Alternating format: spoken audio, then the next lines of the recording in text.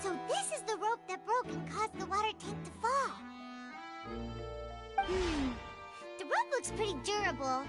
How can it be burned through so quickly by fireworks?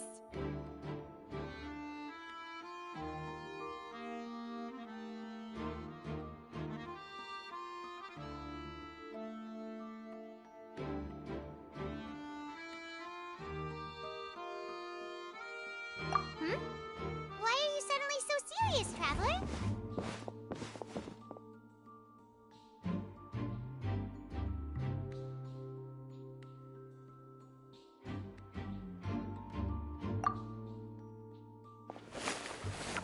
Whoa! Look! This bit is made from different material! Most of it was burned away, but there's still a little bit of it left.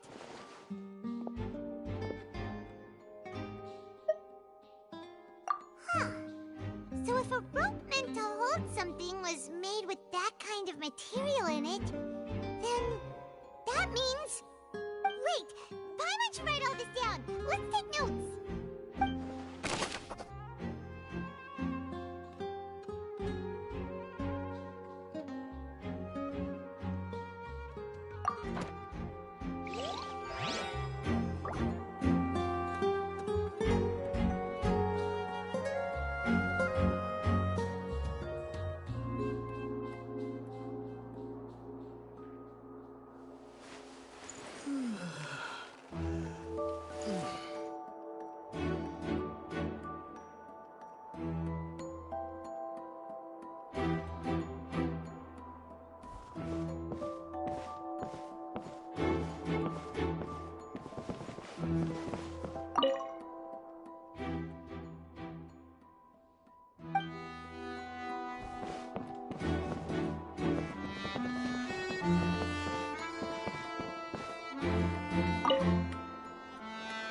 Go ahead, have a look around. In the end, we're both after the truth.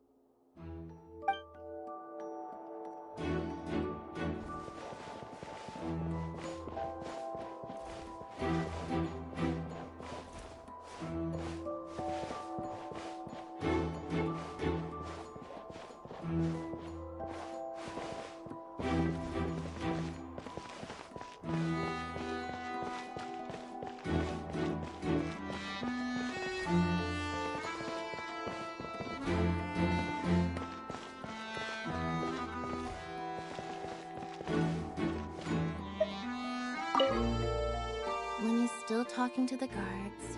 Let's see. I think someone will be assigned to monitor us later, but that's alright.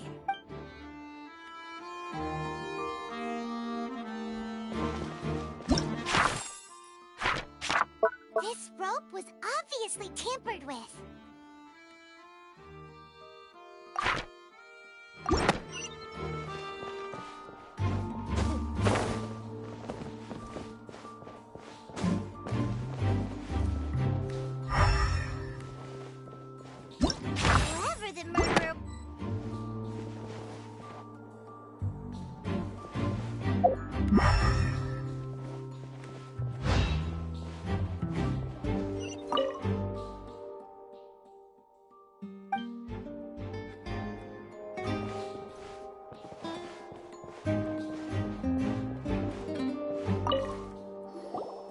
I see that you're investigating the area. Well, if you find any new and interesting leads, be sure to share them with me, alright? We don't have too many thoughts yet. Then why don't I tell you my hypothesis first? The way I see it. And I'll start it with... The thud? Oh, you mean the sound that happened during the count? Yes, exactly. It wasn't terribly loud, and I suspect that most people heard it. It's just that everyone was awaiting the results of Lenny's trick with bated breath, so no one paid it much mind. But now that the incident has happened, the thud has become an important clue. That makes sense.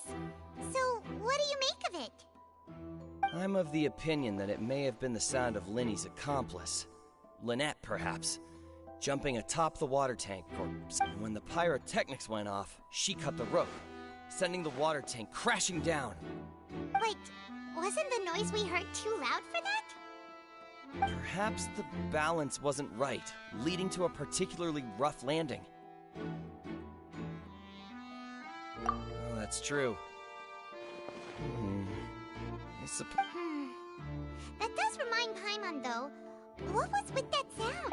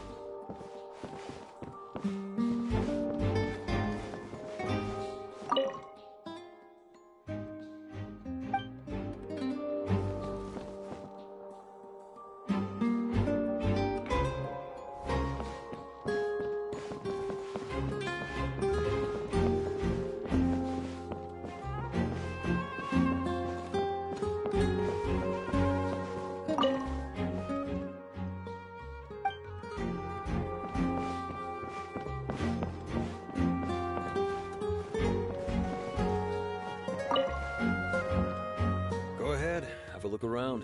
In the end, we're both...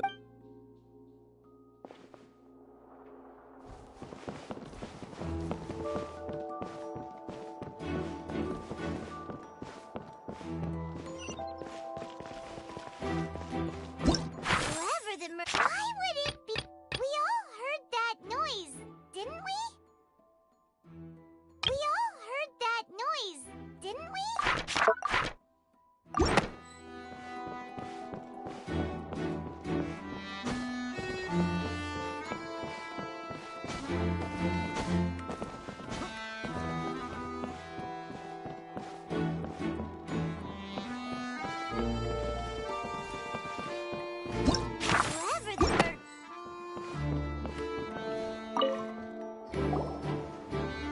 The investigation team has some new findings. Turns out there's an issue with the random number selector after all. See, I told you. What if the machine picked some big guy's seat? You think the murderer would have still made his move then? Sorry to interrupt, but we're helping Lenny and Lynette with their side of the investigation. What were you saying about the number selector? There's something wrong with it? You're trying to help them? That'll be a tall order. Lenny used the machine to pick a random member of the audience during his performance, right? The lucky girl that later disappeared. Well, we thought there might be a serious problem with the machine, so we had it taken away for further inspection. It turns out that the seat number it picked wasn't random at all. The machine picks that same number every time. I'm sure you already know that you have to make a reservation in advance to get a seat, regardless of whether it's a trial or some performance. In other words, Lenny knew who would be sitting where from the very beginning. That much checks out. Lenny reserved our seats for us, too. Let you see why I was saying it'd be tough to make a case for Lenny. Even though it's bad for Lenny's case, Paimon had better write it down.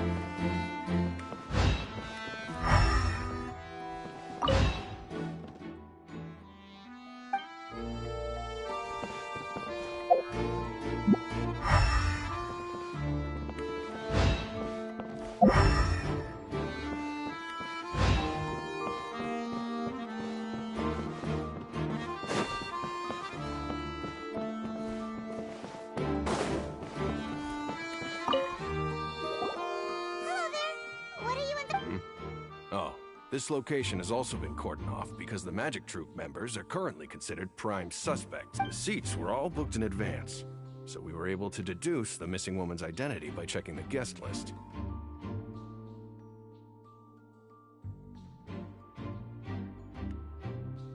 Sure, it's not like this is confidential information. We won't publish it later anyway when we petition the public to help us find the missing person. Her name is Halsey. She's a painter from Fontaine who's made a bit of a name for herself. Apparently, she wasn't a regular at the Opera House, but she'd been feeling some pressure with her work lately, which made her decide to come see the magic show. The Magic Troupe members all claim not to know her. We have looked into her social connections. It seems that she has no personal grievances or conflicts of interest with the suspects. Simply put, she wasn't related to the Magic Troupe at all, which matches the features of the previous serial disappearances. Were the victims of previous cases also chosen at random? That's how it seems to us, in any case. Apart from the fact that they were all young women of around the same age range, there really weren't any other connections between them. Okay then. No need to be so formal. If you do happen to see the missing girl, please be sure to contact us. It is of utmost importance that we get to the bottom of these disappearances.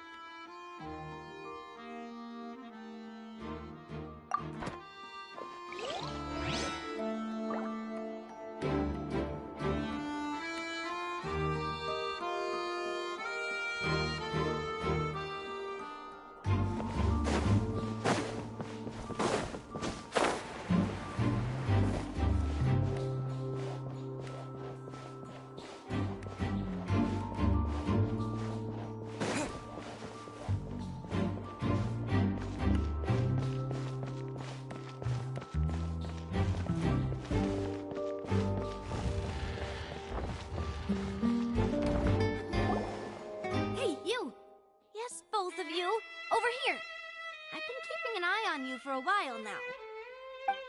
Huh? You mean us? That's right. If I'm not mistaken, you're also among those who wish to cut down the thorns and pursue the truth. No. And by the looks of it, you're not from Fontaine. Well, you're right on the moor about that one, but who are you?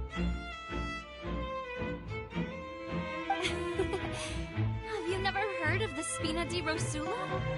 From mediating disputes and providing protection to solving conundrums, you name it, Spina di Rosula does it. And I, Navia, have the honor of being its renowned president. Though those who play by our rules call me boss. I'm Silver, her attendant. Pleased to meet you. And I'm Merouche. Demoiselle's various daily needs and affairs are under my purview. Huh? Boss? Demoiselle? What gives with the name? Well, I am the second-generation president. Merouche and the others are still used to my previous title. My apologies, Demoiselle. Should you prefer, boss, I will endeavor to use that instead. No need. You don't have to call me boss. Just Navia is fine. Okay, if you say so. Not that we're members of Spina di Rosula anyway. All merely trifling details. Never mind. Now, back to the situation at hand. That's right. I've always kept an eye on the serial disappearance cases. My interest stems from a matter back from my father's time. Judging from the look of things, I find Linny an unlikely mastermind. Really? We think so too! That's why we're looking for clues now. But how did you come to that conclusion? Intuition, naturally. My unparalleled unparalleled intuition.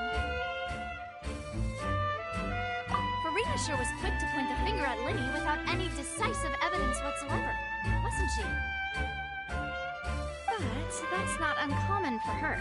If you remember, the Justice had to interrupt her and ask if she was pressing charges just to keep her from getting carried away.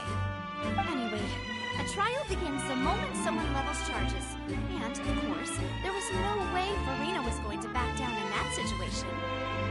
Sounds more like you just don't trust the Hydro Archon.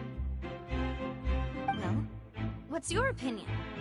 I must admit that she can be interesting at times, but liking her doesn't mean that I'll blindly agree with her.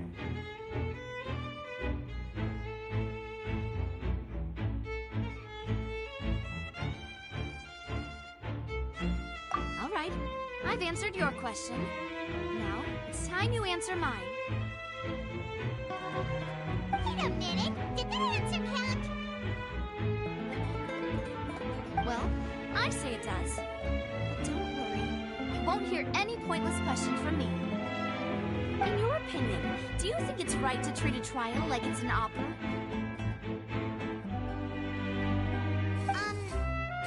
Well? And why would that be?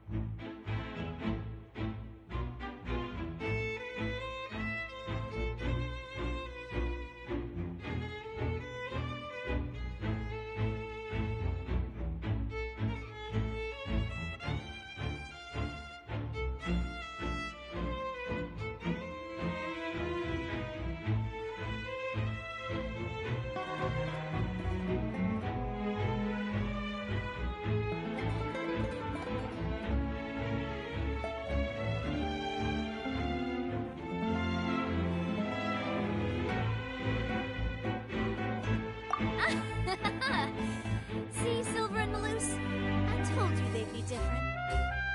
Most astute of you, demoiselle. I, too, think that the Traveler's response was most excellent. No matter how wonderful the script or how fervent the audience's expectations may be, the trials that go on stage here must be based in fact. And if that can be done, boss, then... All right, that's quite enough, Malus. Anyway, I like your answer. You pass with flying colors. Now, I need to make some preparations, following which our joint investigation shall commence. You two shall be my assistants. Wait! Since when did we become assistants? Oh, well, I can be the assistant, sure. Or your companion, if you like. I'm really not that fussy. That's more like it.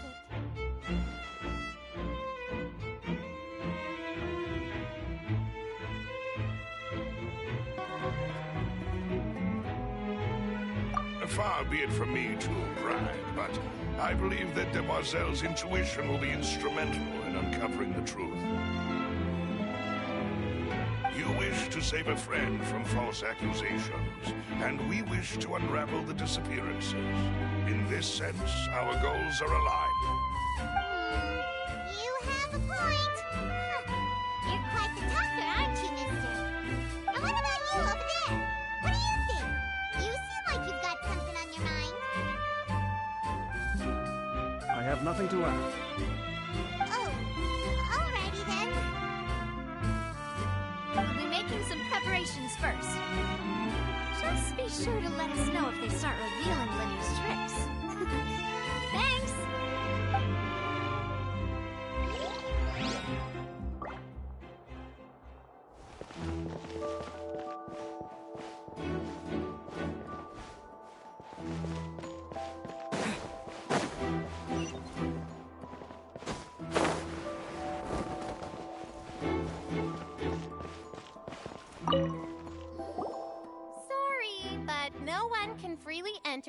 exit the Opera House at the moment.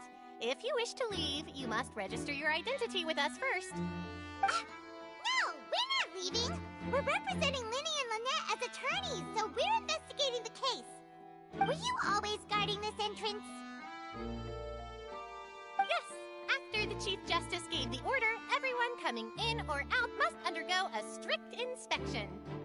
So, the missing girl couldn't have left from here. At least, not from that point on. I doubt there was much opportunity then, either. How can you be so sure?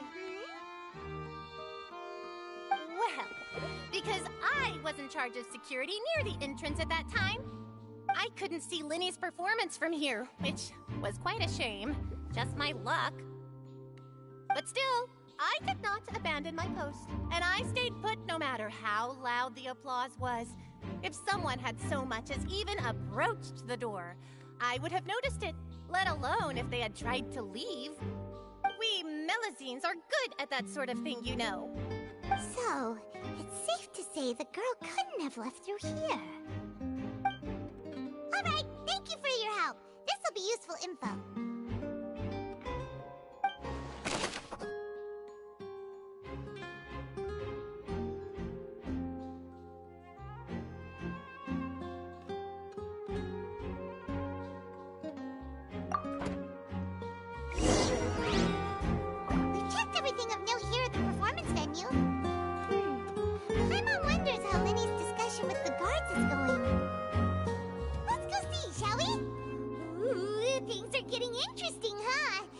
To see how magic is made.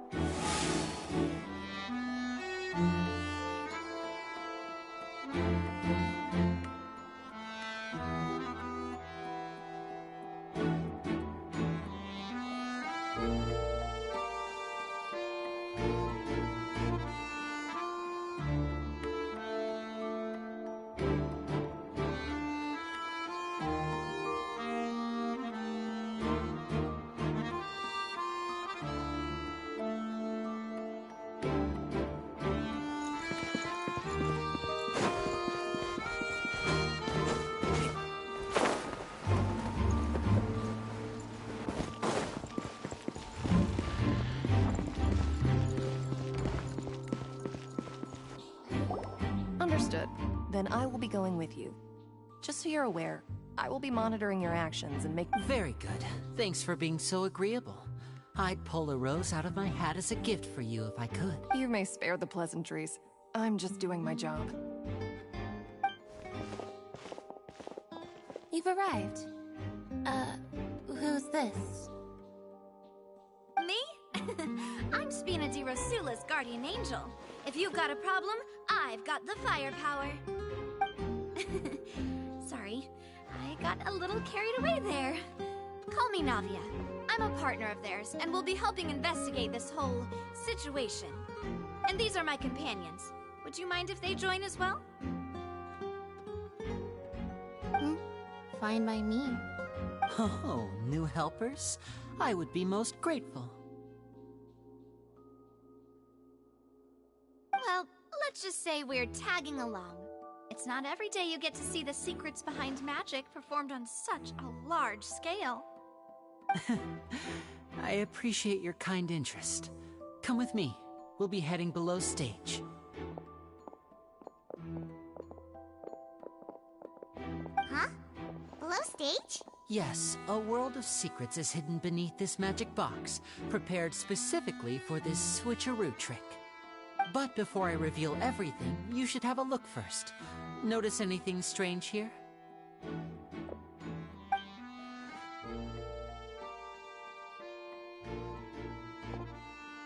I'm not trying to be dramatic. Remembering the details of a trick will help you understand the methods used to perform it more easily.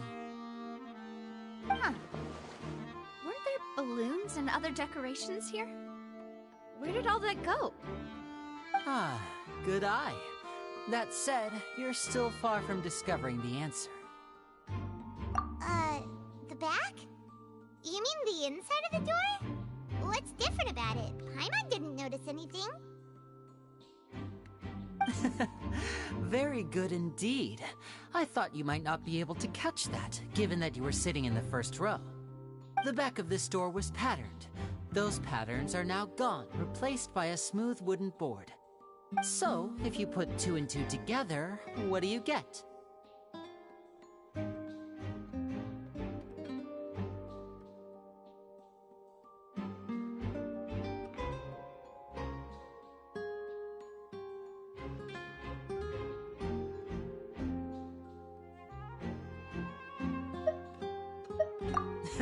Exactly.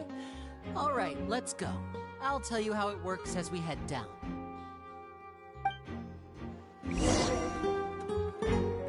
Oh, so there was a passageway under the magic box!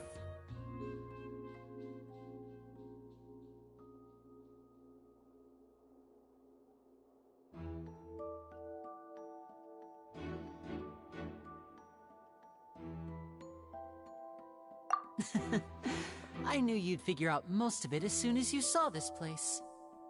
The 2 magic boxes are positioned right above the 2 entrances of the tunnel. See this flatbed trolley? The box with the lucky audience member in it would be shuttled over to the other side using the trolley. This trolley can raise and lower and even rotate, ensuring that the box will face in the right direction. I see. So that's the purpose of the box inside another box. Precisely. The inner box would descend after the audience member was put inside and be moved along the trolley, all while the outer box would remain on stage as if nothing had ever changed. So that's how you did it! Once the box was lowered, the trolley would store some energy through this device here, with which it would complete the rest of the steps. The audience member would only be able to feel some slight movements in the dark, and by the time she walked out, she would already be back on stage.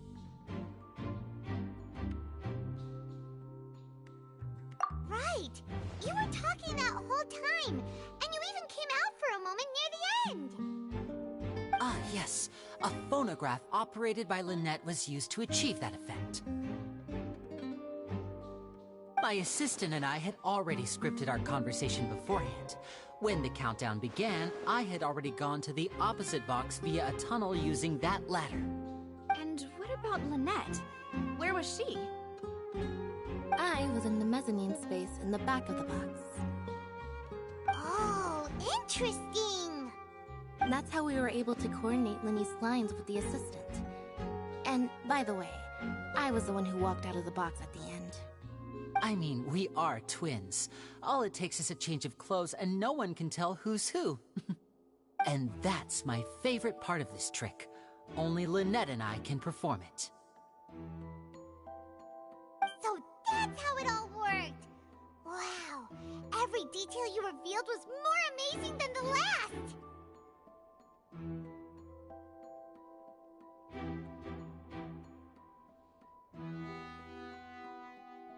Lynette would briefly walk out of the box and then go back in, jumping into the tunnel and escaping before the box on the trolley could finish ascending. And then I walk out of the other box in the audience area, and the trick would be complete. The operative word here being would. But as you saw, Cal was in the box, not our audience member. She, on the other hand, mysteriously vanished. We really don't know how that happened. If not for that interlude, this would have been an astonishing trick. I probably never would have figured out how you pulled it off.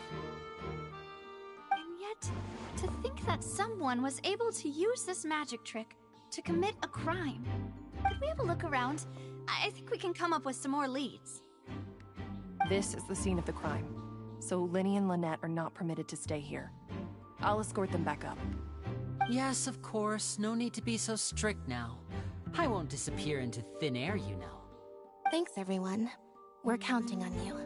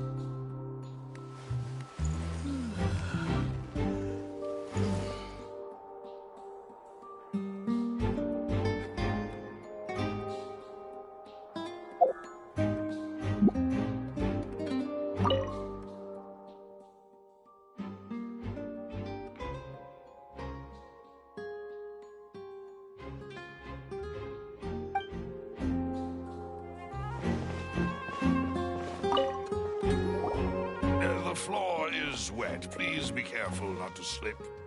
Speaking of which, why would there be water here? Oh, hi, my nose! It's one of those tricks where you pour water into a jug and then flip the jug over only for the water to disappear? And here's a broken vase. Huh. Did the trolley knock it down while moving? That can't be. The trolley moves along tracks from start to finish.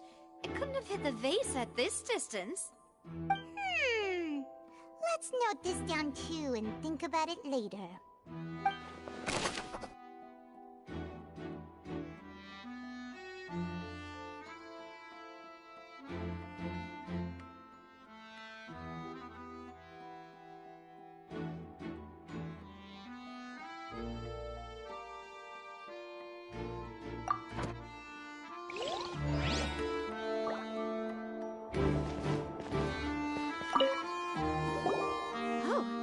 These are the clothes that the lady chosen from the audience was wearing, right?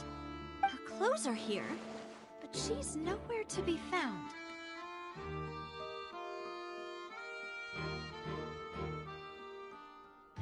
Right. And do you really need to do that if you're kidnapping them? Ugh, this is so confusing. Paimon doesn't want to be a detective anymore.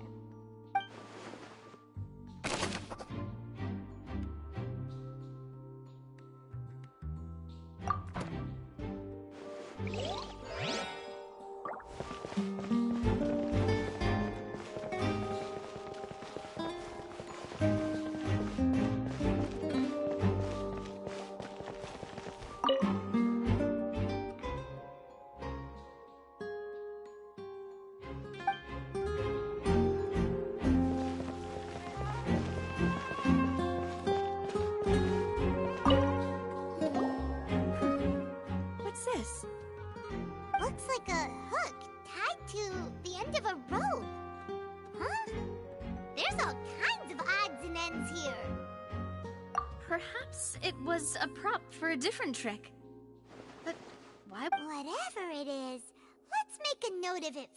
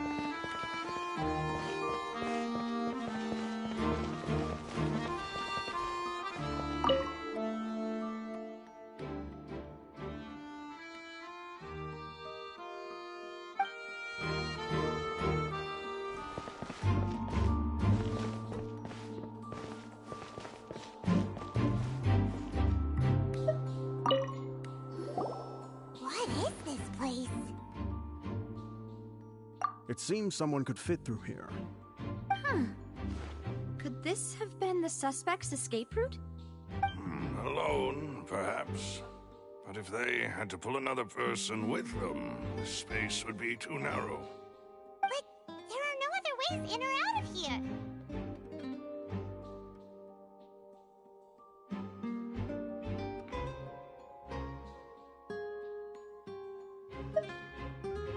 Oh, you're right!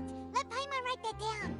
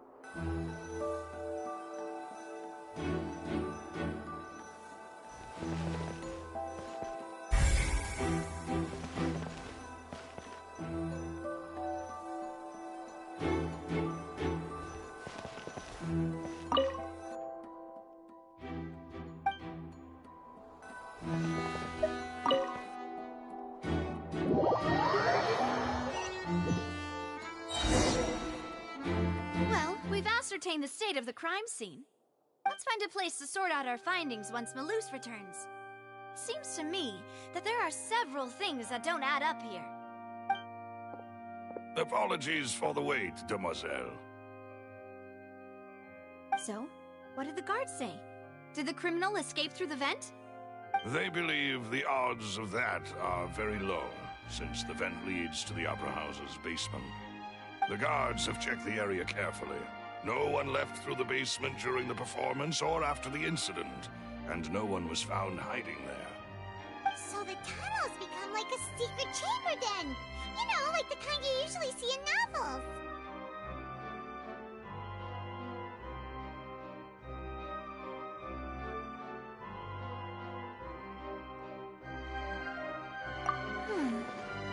The plot thickens.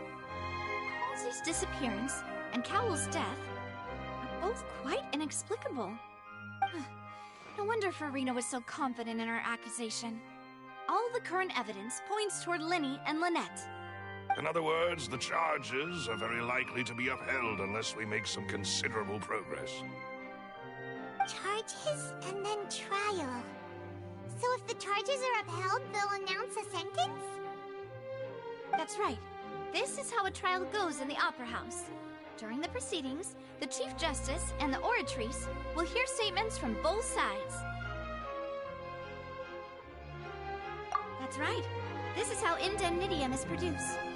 The statements from both sides, the defenses from attorneys, witness testimonies, and even the audience's emotions will all be projected on the Oratrice. To put it simply, it's as if the Oratrice has its own will, and is a judge in its own right.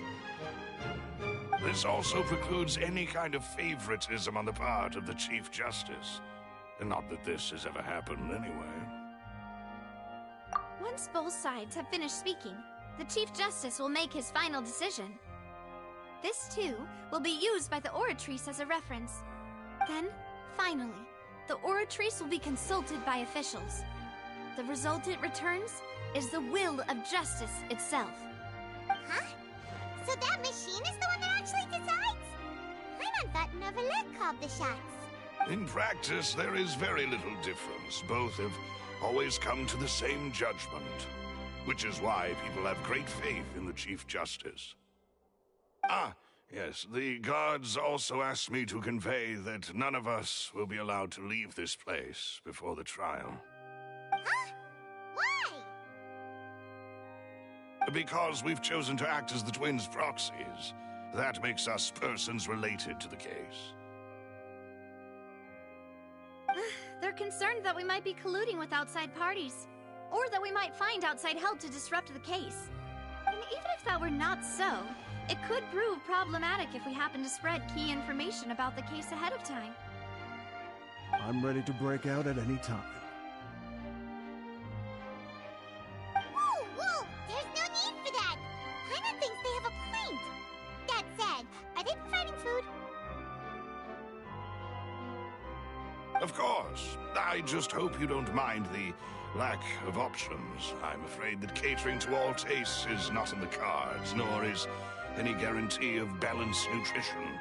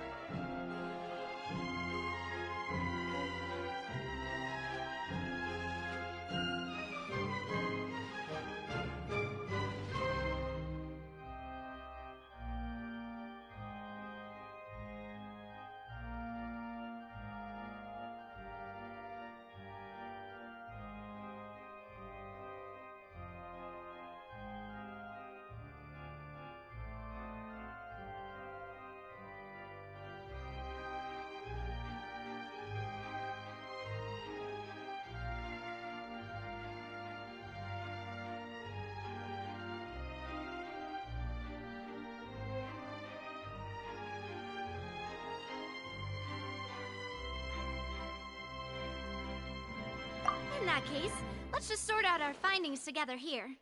Pity. I was hoping to take you to try some of Fontaine's famous desserts, too. I mean, what better way to properly think through our findings than over some tea and sweets? Huh. Breaking out suddenly doesn't seem like such a bad idea after all. Just kidding, just kidding. Paimon will still do her best, even if there are no snacks. Hmm? What do you mean, no snacks? Of course we'll have snacks. If we cannot buy some, then we'll simply make some. Huh? Here? But how? Understood, demoiselle. Everyone, please come with me.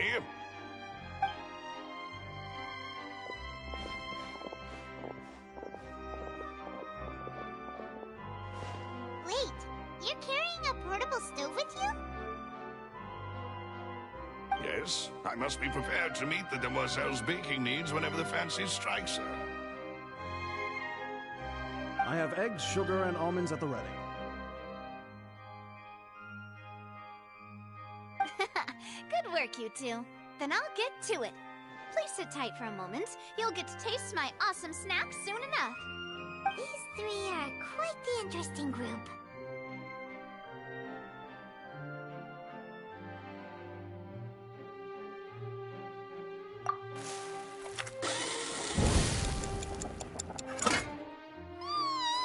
And Paimon thought it smelled good while it was still in the oven.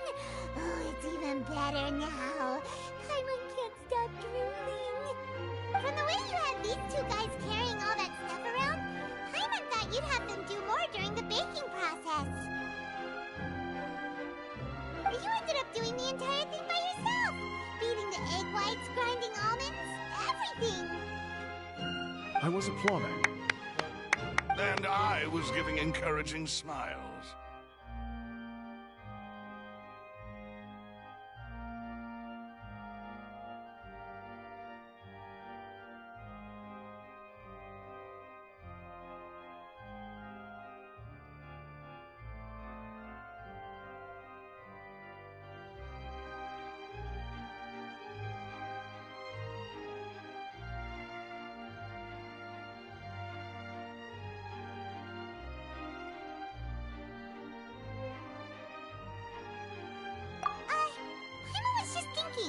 Aren't you worried about getting your fancy dress dirty beating egg whites and baking like this? Well, I don't think it's carved in stone anywhere that fancy ladies can only read books, sip tea, ride horses, and play the piano. I just really enjoy making snacks. Don't underestimate beating egg whites, by the way. It's a real arm workout. You also need to beat them to just the right consistency, or your macarons will crack. Anyway, give these a try, fresh out of the oven. There's 3 for each of us. Only 3? Well, eating too many sweet treats might send all that sugar to your head. You wouldn't be able to think clearly about the case on a sugar rush. Tea is ready to be served as well. This is Demoiselle's favorite, strong black tea with a floral fragrance that clears the mind and lifts the spirit.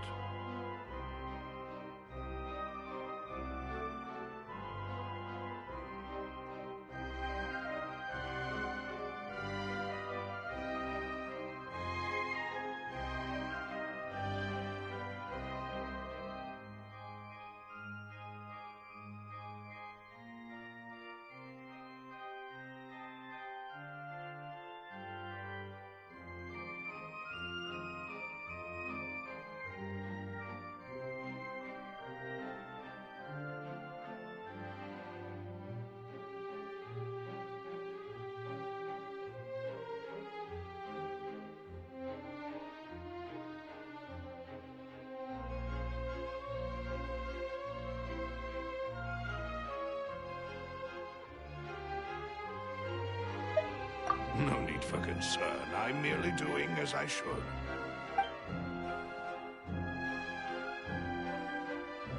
All right, then.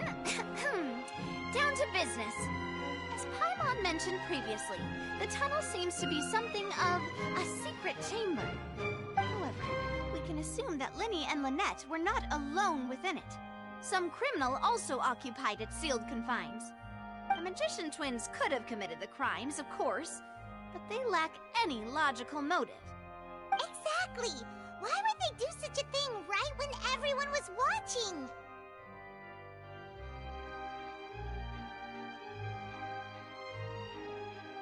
The flower vase and the thud we heard during the performance could indicate some altercation between Halsey and the criminal in the tunnel, resulting in the shattering of the vase, the discarding of her clothes, and her abduction. Perhaps the criminal thought that since she was chosen from the crowd, she would be too easy to identify if she was still wearing the same clothes. Paimon thinks that makes sense, but the real trouble is... True. None of the clues we found thus far support the existence of this third person. But the only people left to consider are both technically victims, whether it's the missing girl, Halsey, or poor Cowell. Huh. Could Halsey have secretly made modifications to the magic props in order to murder Cowell before making her escape? That's right. And even if she had tampered with the setup, she would need to understand the entire trick to pull it off. Nor does she have any motive. The guard said that she has never had any dealings with the magic troop's members. Were we not thorough enough in our search? From the sound of things, this is turning into an impossible case. Your macarons are amazing though, Navia. They smell great! They're nice and crisp and super sweet! They are my specialty after all. And I see you've already had 5 of them. What? 5? Oh, that can't be right. Paimon only counted 3, honest! Please don't worry about it. At my age, a few less sweets might actually be a good thing. No! Being greedy is one thing, but Paimon knows how to count. Besides, Paimon knows that if she ate too many, then others wouldn't have enough.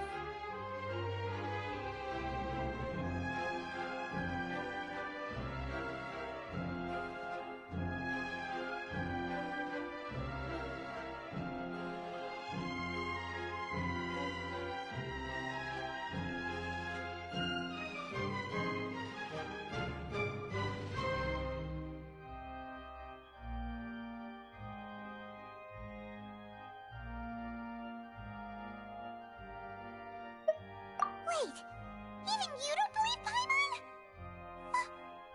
How could you? If Paimon ate those 2 extra macarons, then may they turn into stone in her stomach! All right, we get it. Well, I suppose one of us might have gotten too engrossed in our chat and eaten them by mistake. No big deal. Malus, set up the stove again if you would. Huh? What are you doing? Making sure everyone gets 3 macarons, of course. Exactly. We don't want to trouble you. As you wish, demoiselle. And I have the egg, sugar, and almonds. Well, this really is your hobby, huh?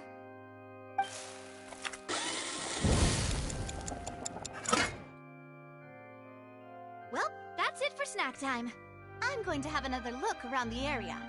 I don't know what we're looking for yet, but we've still got some time. As attorneys, I suggest the 2 of you think the case over again. It would be awkward if you got all tongue-tied on stage during the trial. All right, thanks for your help, and for the snacks. It was nothing. A small task for the Spina di Rosula. Silver, Malus, it's time to go. I'll be back if I find anything new.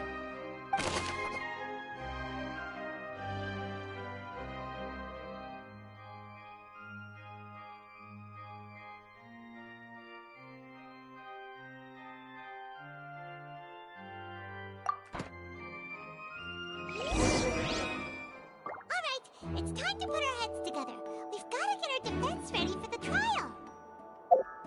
Oh, it's probably gonna be a long and difficult case.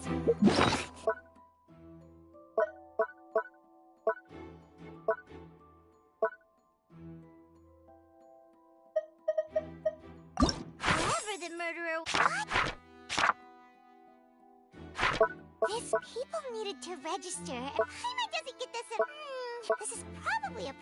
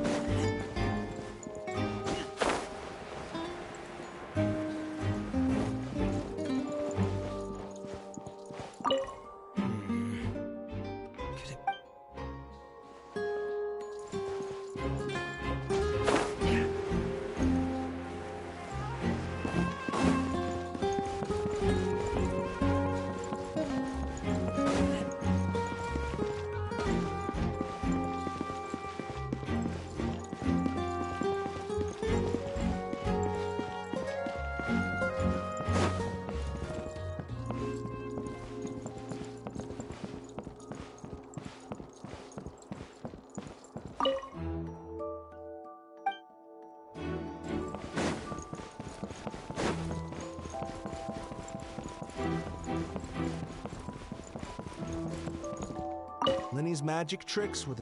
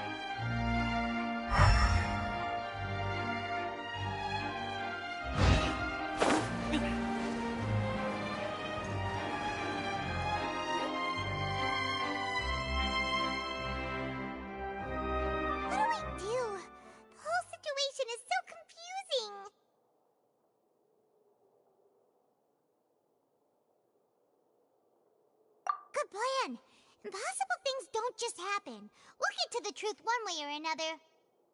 Just relax. Even if everyone else suspects Lenny and Lynette, at least we will be supporting them from the stands.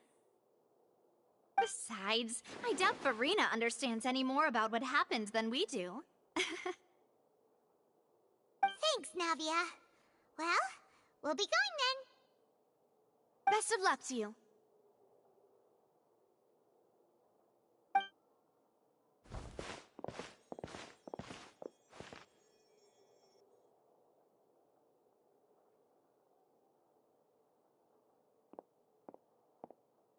Ah, finally, you're back. Well, how did your investigation go? To be honest, you might be disappointed. No. We're already very grateful that you were willing to help. Well now, don't you all look disappointed. Don't tell me that your investigation came up. And that was to be expected, of course. The guilty can never produce proof of their innocence. But don't let that stop you. I shall be terribly disappointed should you, my most anticipated foe, concede so easily.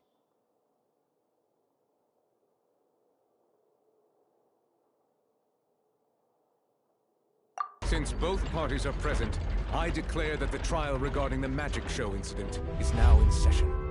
Firstly, in order for the audience to understand the causes and results of the incident, could we please have Mr. Linney explain the trick? Yes, of course. I will explain while Lynette demonstrates on stage. All the necessary items have been prepared.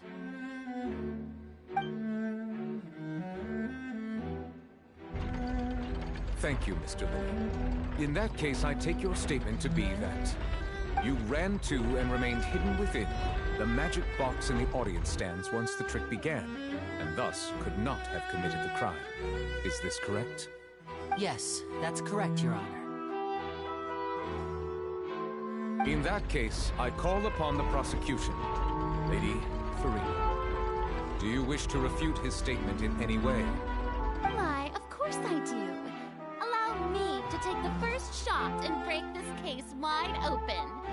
Mr. Linney is clearly lying. There is no way you could have been in the box the whole time if you were to abduct Halsey and murder Cowell. In fact, I'd say you were hardly in that tunnel at all. That is simply your hypothesis based on the presumption that I'm guilty. Oh, is that so? And if I may ask, what did you hear while... The roaring countdown of the crowd, of course. That's how I kept track of the time and built anticipation for the finale. And you didn't hear anything else at all? Nothing that might leave an impression of any kind? No, nothing. I see. But when the count reached 30 seconds or so, there was a thud. Huh? Hey, hang on! Something's not right here.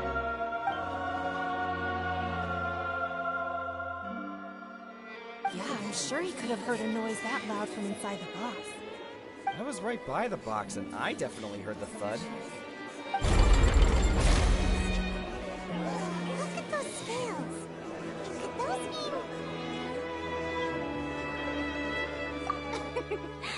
Well then, ladies and gentlemen, allow me to use the words of the magician himself. You never know what can happen in the blink of an eye. Indeed, it seems his alibi can also... Of course, I have armed myself to do far more than smash your alibi. Confidence cannot go unfounded, and my foundations are rock solid. Tell me, aren't you and Lynette actually from the House of the Hearth? The House of the Hearth?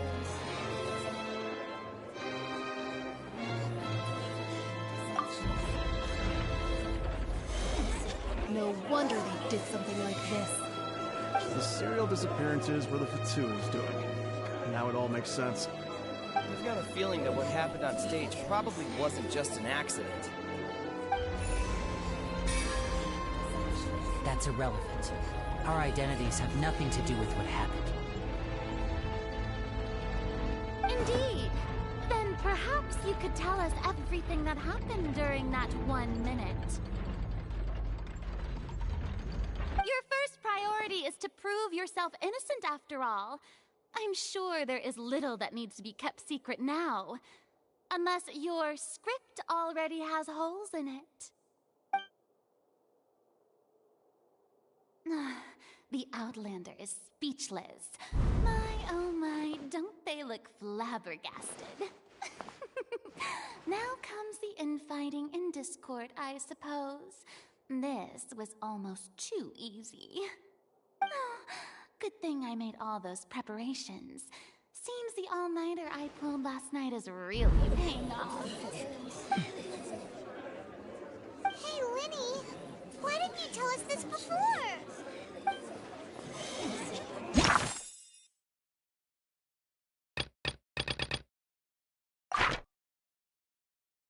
Order! Order!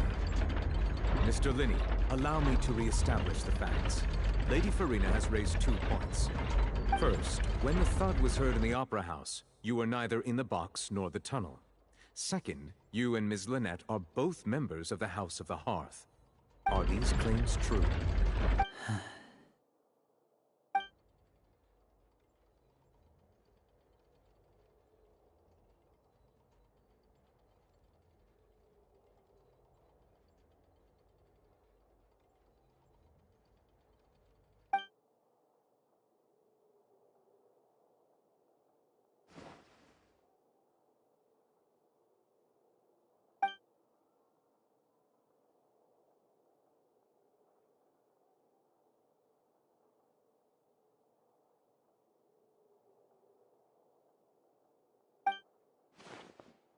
Please answer my question, Mr. Lee. I'm sorry.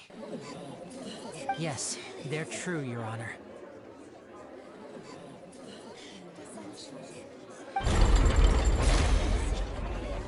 I knew it! Well, that's it. We might as well move on to the sentencing already. What should we do now?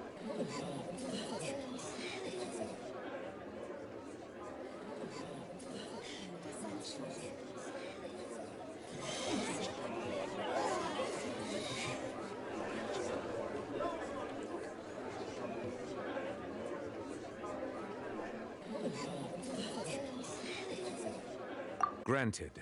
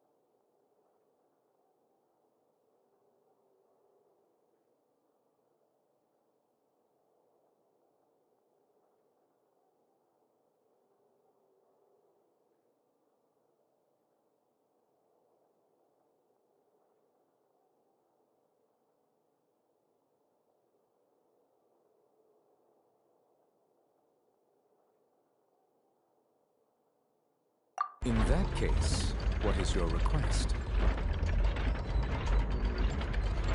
Is that really necessary? They're already as good as guilty. The defendant deceived their own attorneys. What is there left to discuss? Order! Order, I say! Your request is reasonable, and we shall adjourn. This trial will reconvene in 1 hour. So you would stick to Mr. Linney's defense even after knowing what you do now? You certainly have more professionalism than I thought. Rise, my dear audience. Let's allow the joy of victory to steep for a little while longer.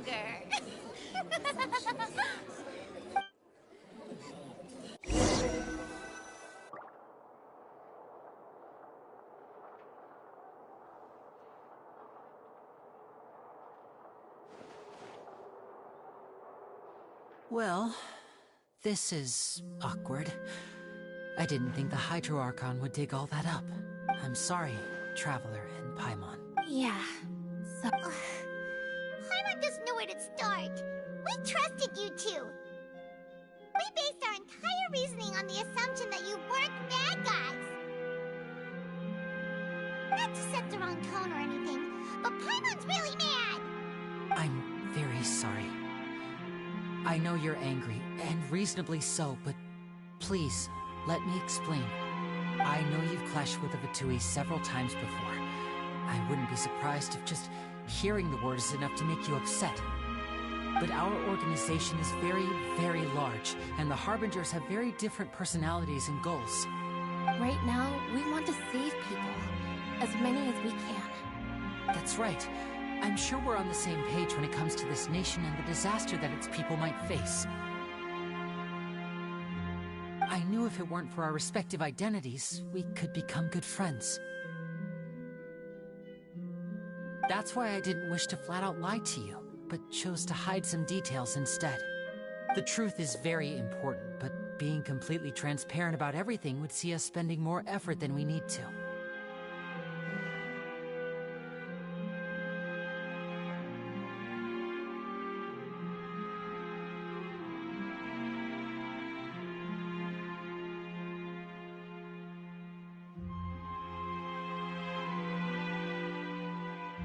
Right. So, you be the judge. Heck, if I were you, I fear that I'd even struggle to trust me at this point. You met a Fatus who works as a magician, a trickster by trade. All by coincidence, too. But still, I'm asking you to trust me. I am no criminal. At least, not in this case. Sorry. Please forgive us. Well, you both say that, but...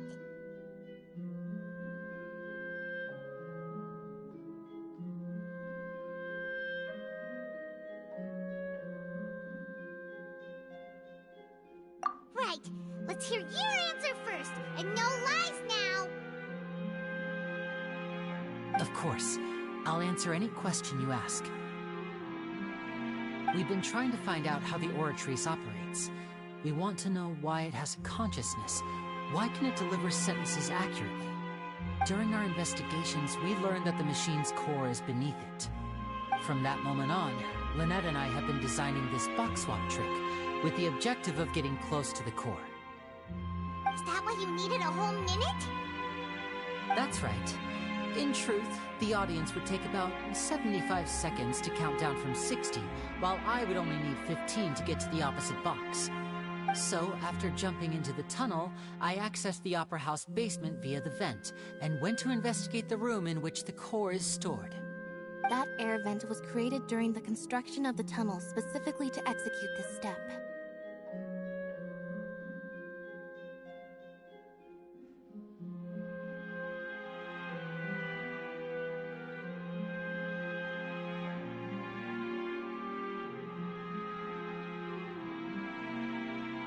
Well, nothing. As soon as I reached that room and was about to investigate, I heard someone's voice. Which should have been impossible, of course. I was quite certain that I was the only one in the room. That voice seemed to recognize me and tried to speak to me. I chose to err on the side of caution and retreated the way I came. On the way back, I saw the broken vase and the clothes on the ground, but the countdown was almost finished, so there wasn't time to give it any thought. After that, the homicide occurred just as you saw. Well, that explains why you didn't hear the thud.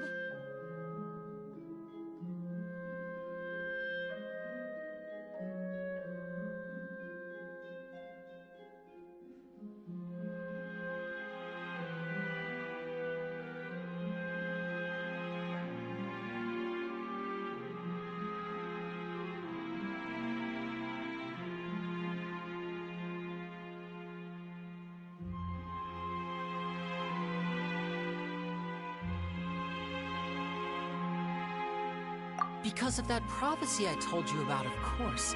We must know all we can about this nation's secrets in order to deal with that prophesized crisis. That's the only way we can save everyone. So, there you have it. The whole truth. I swear, I didn't hide anything from you. It was never my wish to proceed under this cloud of mistrust either. But, like I said earlier, you can be the judge. If you want to leave because you don't trust the Fatui, there's nothing I can do to stop you. Well, Traveler, you decide. Paimon will follow your lead however you choose.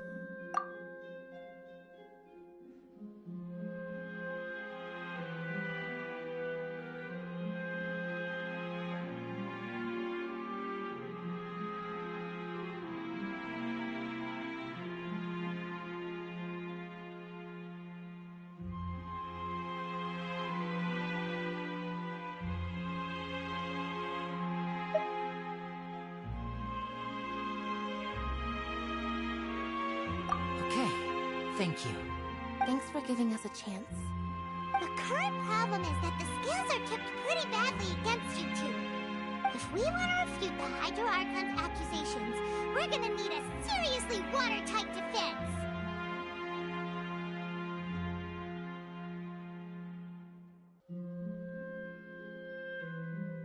Huh?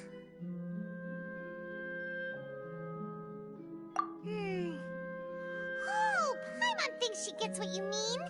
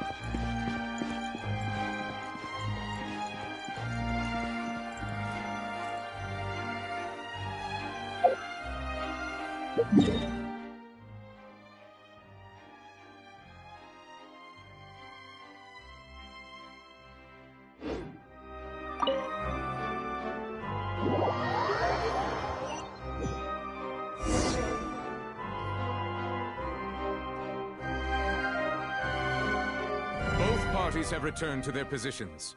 Let us continue the trial. When last we left off, Mr. Linney acknowledged the new evidence presented by Lady Farina as fact. Therefore, Lady Farina may continue stating her reconstruction of it.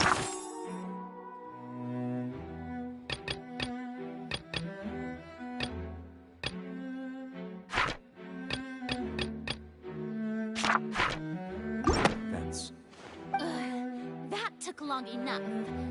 Now then, if everyone would lend me their attention.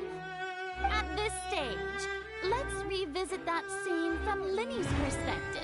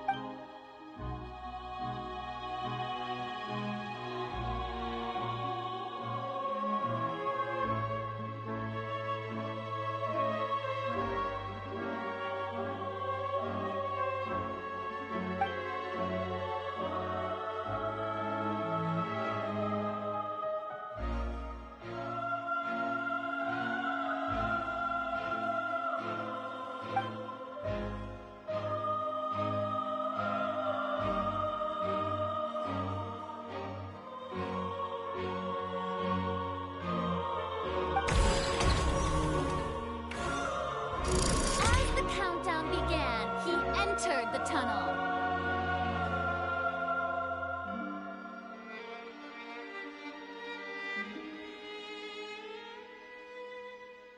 When the flatbed trolley passed, he opened the box and got into an altercation with Halsey, which caused the loud thud.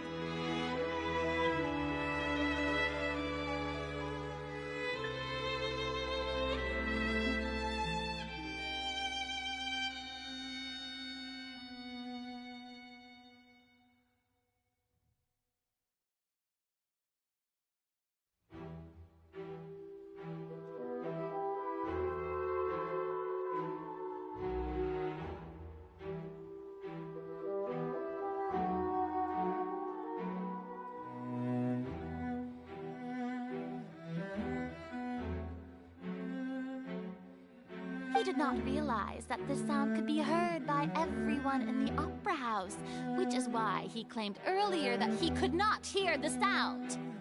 Finally, he used the vase to knock her out, before making her change clothes to prevent others from recognizing her.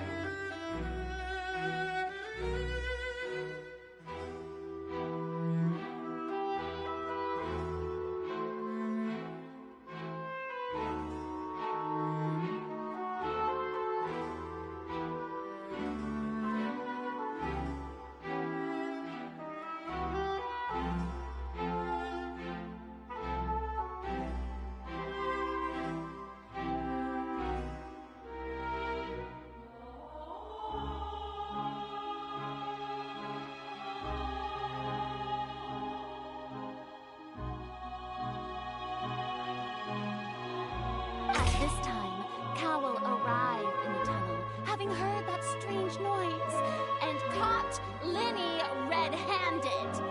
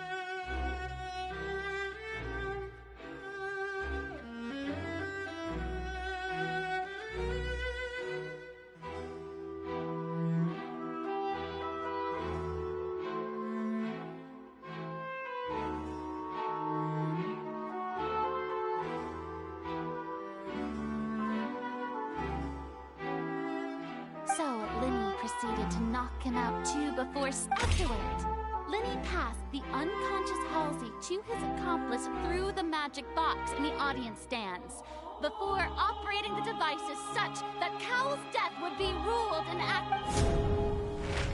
And there you have it. That's the truth behind what happened.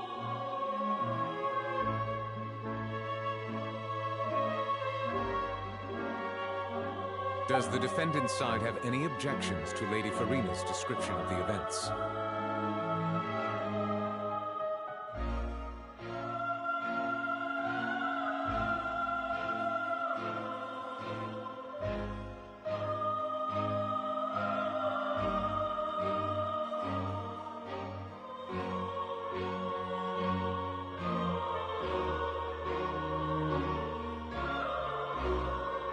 to refuting Lady Farina is the order of events, what Lenny experienced, and what he saw.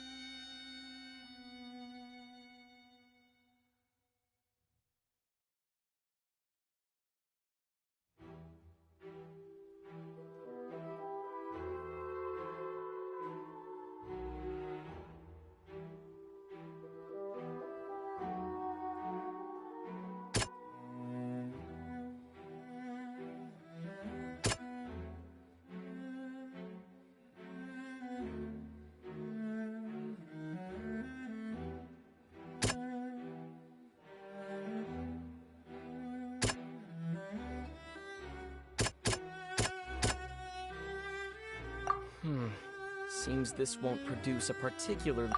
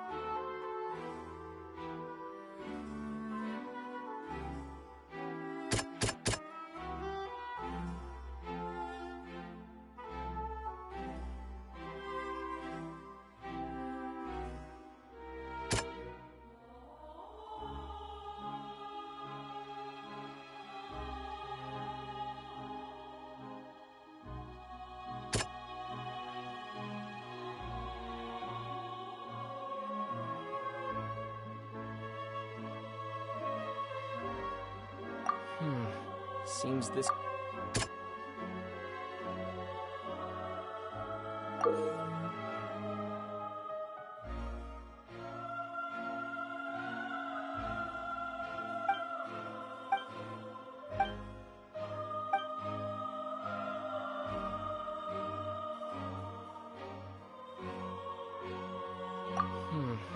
Seems this won't produce a Seems... Seems...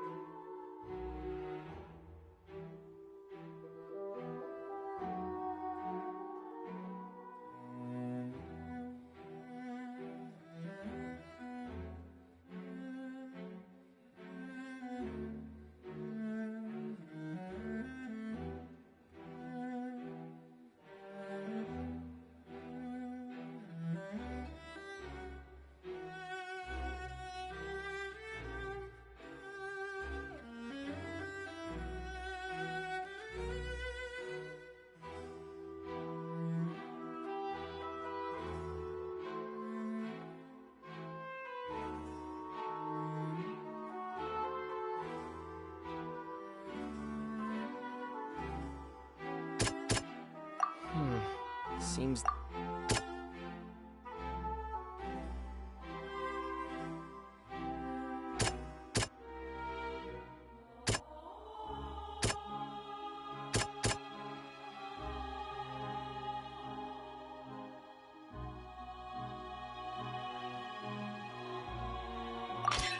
According to Lenny, he left via the vent after entering the tunnel. He couldn't have had that altercation with Halsey.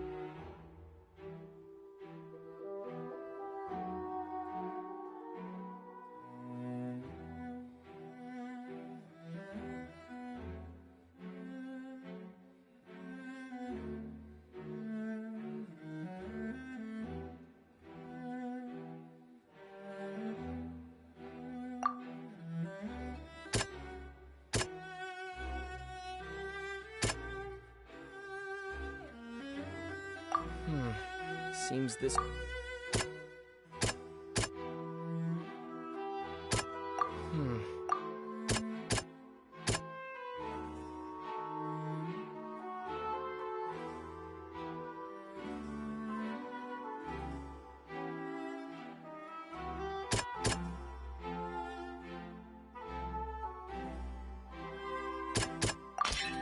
Lenny went to the room that contains the Oratrice's core.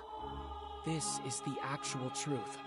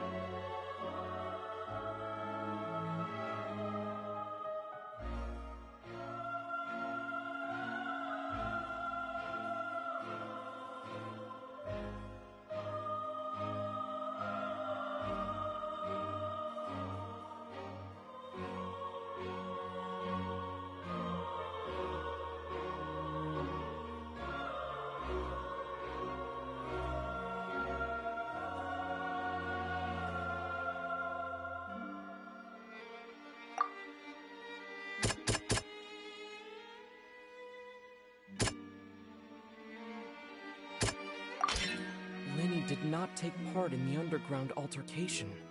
He only witnessed traces of the aftermath. Attention! Ace Detective Paimon has something to say!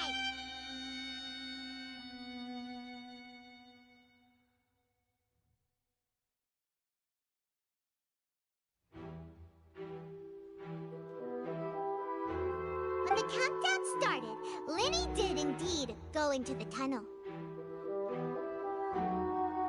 But he immediately used a vent to access the Opera House basement, which is where the underground core of the Oratrice is stored.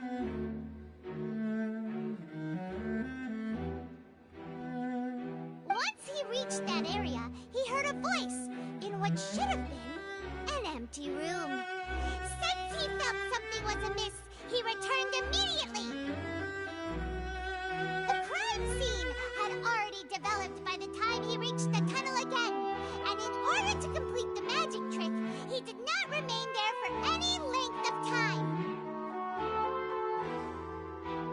Finally, he reached the surface, and that was when the accident happened from his point of view. Therefore, he's innocent!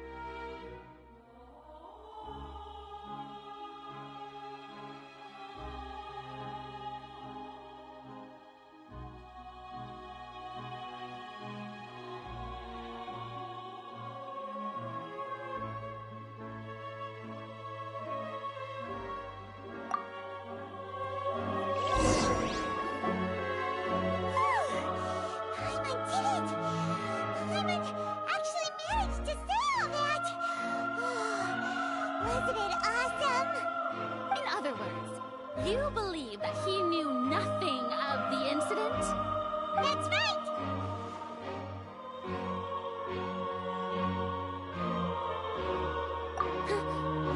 My reasoning?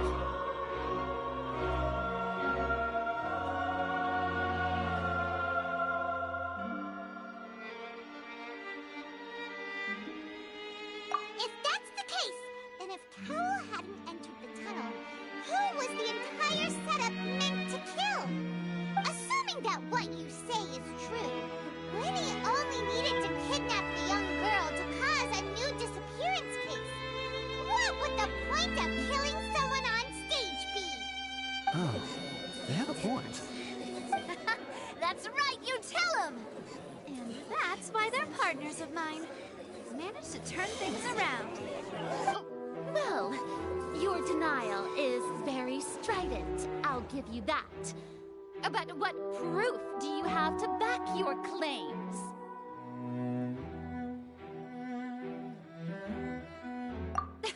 Of course I do.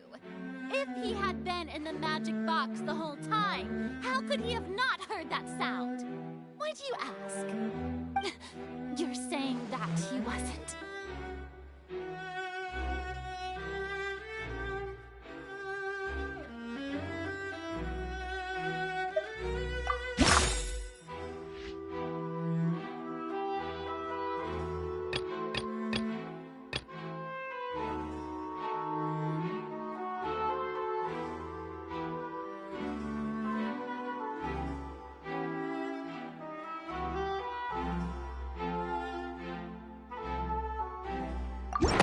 That's right! Lenny wasn't in the box or in the tunnel. That's why he didn't hear anything strange during the performance. This means that when the crime happened, Lenny had already entered the basement via the vent. The same clue you used to disprove his alibi has now become the best proof! How do you like that? Well played. To think you'd use such logic. Well then, if it wasn't Lenny who committed the crimes, then who was it?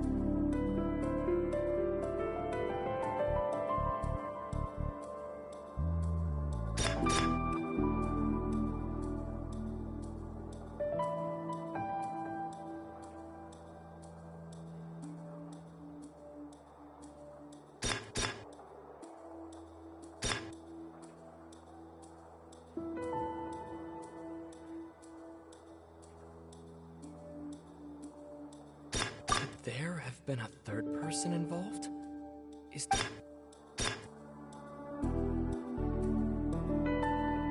deceased's name is Cowell, Linny's assistant. He would have been able to... Halsey is the missing person and an ordinary audience member. Or did she have her own scheme all along?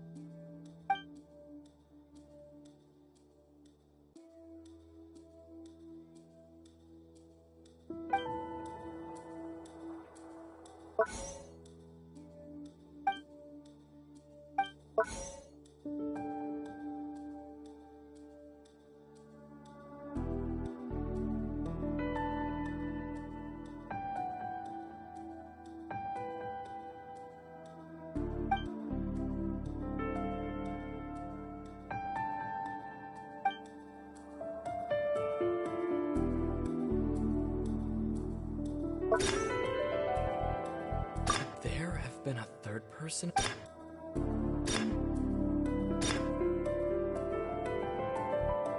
The deceased's name is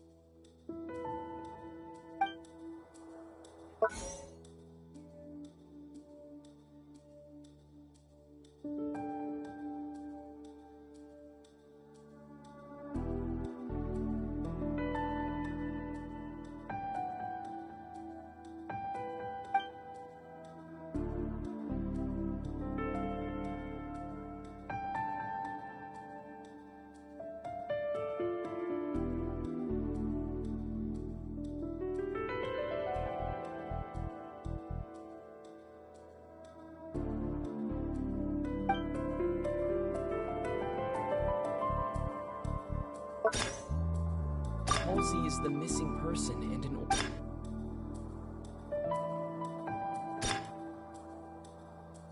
There have been a third person?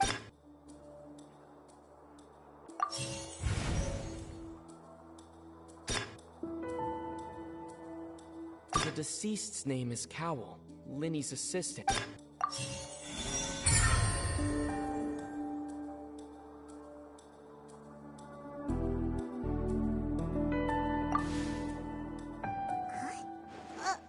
That can't be right. Are you serious? The killer was, in fact... Oh, is that so? How interesting! Let's hear your reasoning then. What I must do next is recreate the truth. What Cowell did, and how he went from would-be perpetrator...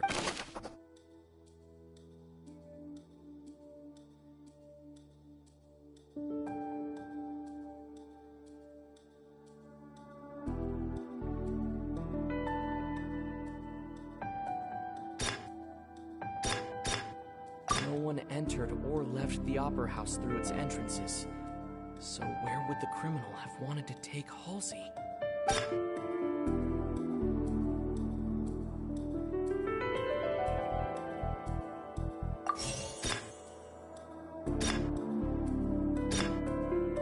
The sound we heard may have come from a clash between the missing Halsey and the criminal. The deceased's name is Cowell, Linny's assistant. He would have been able to tamper with... Linny was not in the tunnel at that moment, which gave our criminal ample time. It would have been tough for both people to fit into that vent. They would likely have bumped into Linny as well. The sound we heard may have come from a clash between the...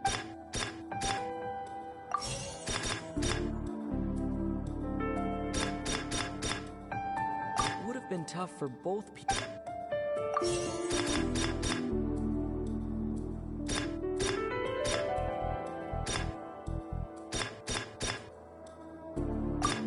tough for both people.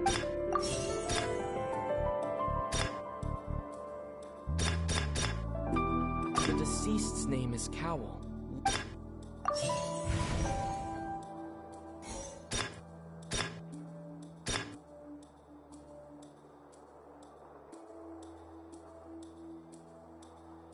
Lenny was not in the tunnel at that moment, which gave our criminal ample time.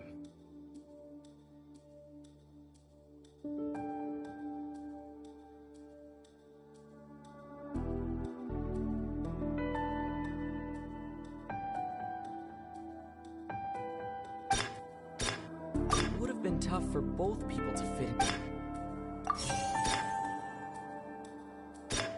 No one entered or left the Opera House through its entrances. Halsey's clothing was in the tunnel, so there must have been some fear that she would attract attention.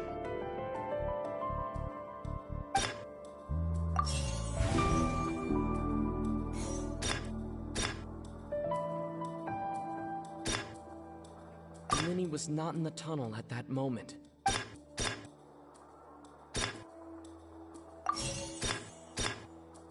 No one entered or left the... Lenny was not in the tunnel at that moment. Halsey's clothing was in the tunnel. Lenny was not in the tunnel at that moment. No one entered or left the Opera House.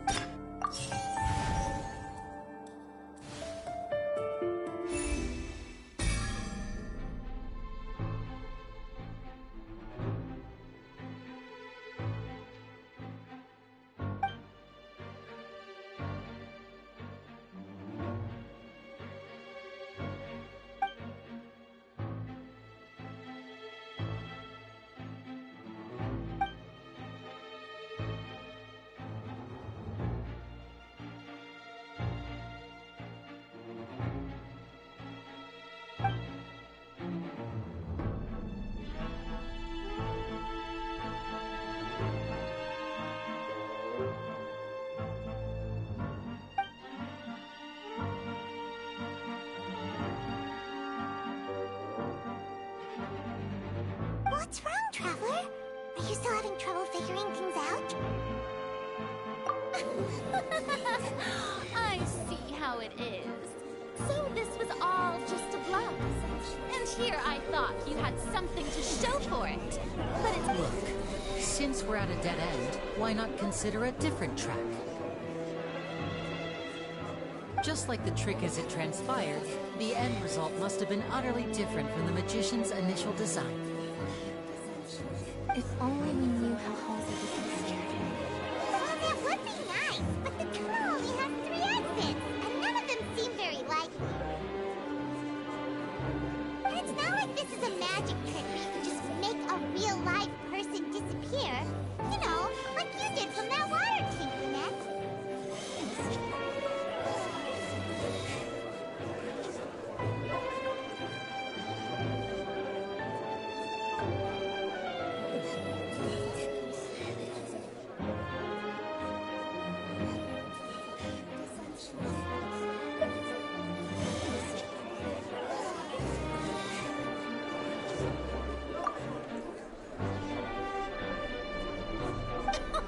Excuse my interruption, dear opponents, but do you not see that the crowd is growing impatient? There is no greater sin in this opera house than an awkward delay.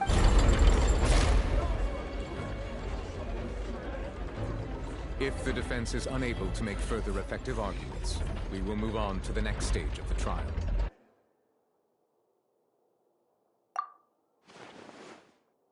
Lenny was not in the tunnel at that moment, which gave our criminal... The sound we heard may have come from a clash. The deceased's name is Cowl, Lenny's assistant.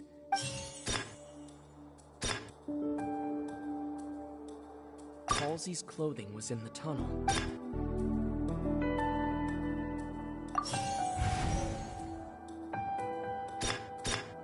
The vase was not broken by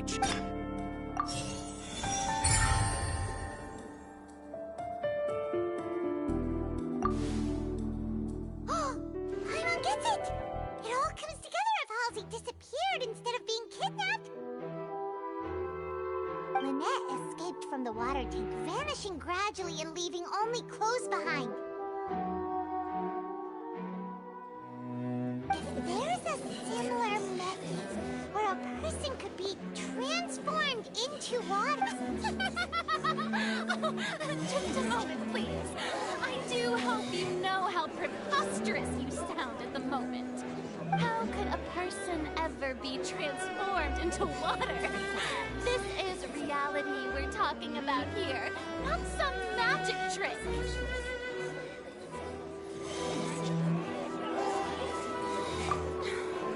Must we really?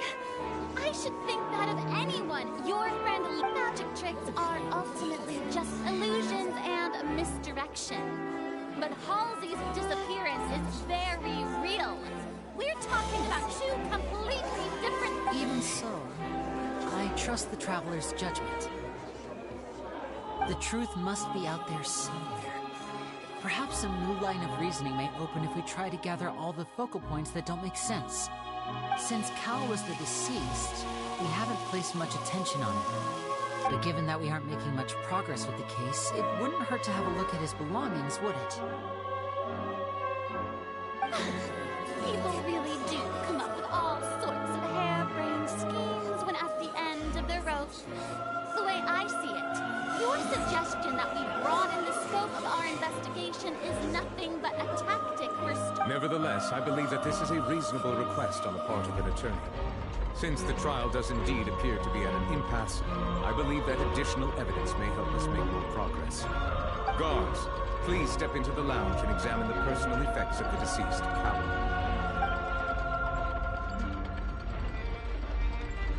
We are still examining the items, but we have already made critical progress that we feel must be shared with everyone post-haste. We discovered several test tubes of fluid within Cowell's baggage, each labeled separately. The notebook in his backpack claims that these fluids are... water from the primordial sea. The primordial sea? The note's contents also indicate that Cowell belonged to an organization that sells illegal drugs and that he had an accomplice. The notebook has many entries concerning safe usage of these fluids, in which the keyword dissolve appears many times. One of these tubes was labeled Opera Epiclese, along with yesterday's date. It is empty.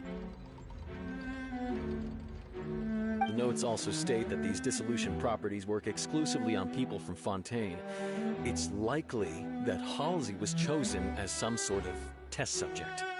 As such, we believe that the defense's hypothesis is, in fact, supported by sufficient evidence. You've got to be kidding! People dissolving into water? Could something so ridiculous actually be true? Wait a moment. This reminds me of a certain prophecy, but it's just a coincidence, isn't it? People can become water. Does that mean that the water tank's real use was as a means to hide water stains? And if Powell was targeting that girl... Wait just a minute.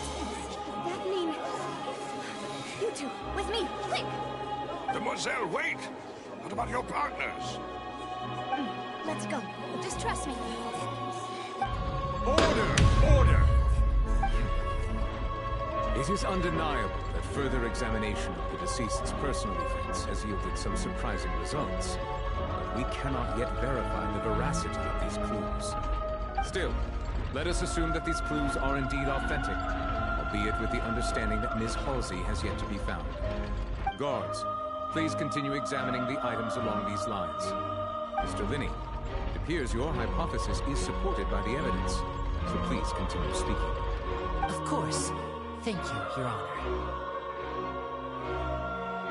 If we uphold this hypothesis, I believe that many of this case's seemingly unrelated clues can be connected together. Right! Like the metal hook! That one didn't make sense at all. Let's think about this. Cowell's methods must have something to do with that water from the primordial sea.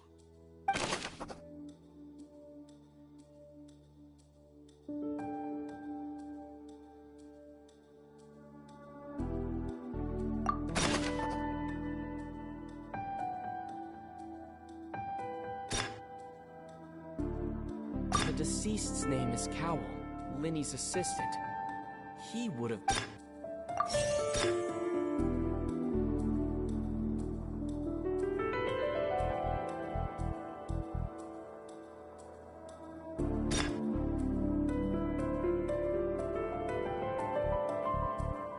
Now it seems like the hook rope was not meant for another magic trick, but was instead some form of triggering mechanism.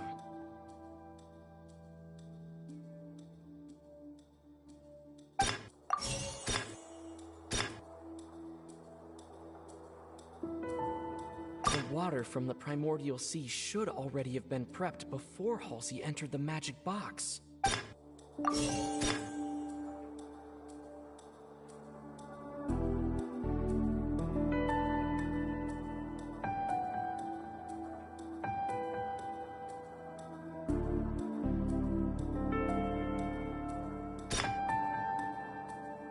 Lynette was in the magic box on stage the entire time. Did she have something to do with this? I remember there was something else within the inner layer of that box.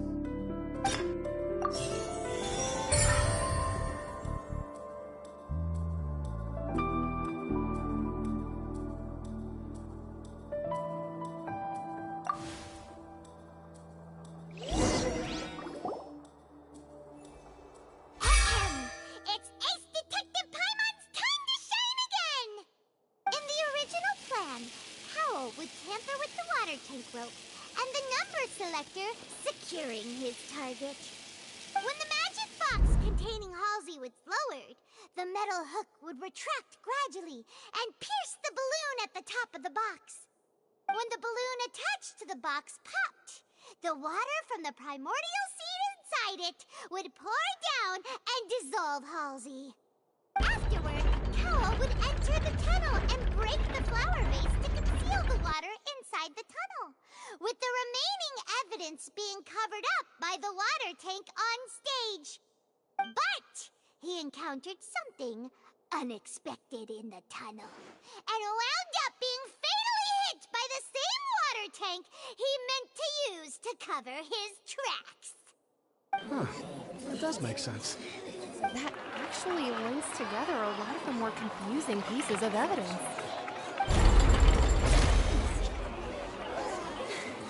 Oh dear, what do I do? Even I think they sound convincing now. Have I falsely accused an innocent person? What a humiliation. Now, it seems like the only point of contention remaining is the exact circumstances that led to Cal's death. His notes mentioned he had an accomplice who could be related to the situation. On that note, the guards have just contacted me indicating that they uncovered new evidence. I shall now invite him on stage to share it with us. Thank you, Your Honor. We were just inspecting the luggage of the other people involved in this case. And we found an identical sample of the water from the primordial sea among Linny's personal effects. What? That can't be. Oh, I see. Well, how wonderfully comedic to have your own counterattack only to come back and wound you.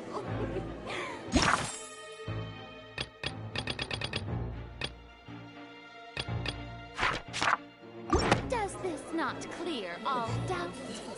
My dear citizens, my loyal audience, allow me to present my reasoning and bring this performance to a swift close. Linny did not need to take part in the dissolution of the young woman at all. Indeed, he did leave the scene via the vent.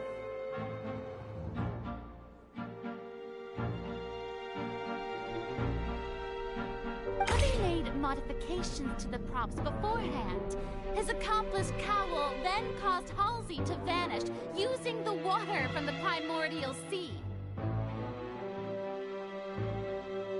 But upon his return, in cruel avarice, Linny desired sole credit and prepared to do away with his partner in crime. Ultimately, He knocked Cowell out, and the tool meant to cover the crime up also became a murder weapon. Now, as much as I regret having come to such a viciously straightforward conclusion, it does seem that the famed Fatui is quite the cold-blooded and ruthless organization. Am I right, Mr. Lenny?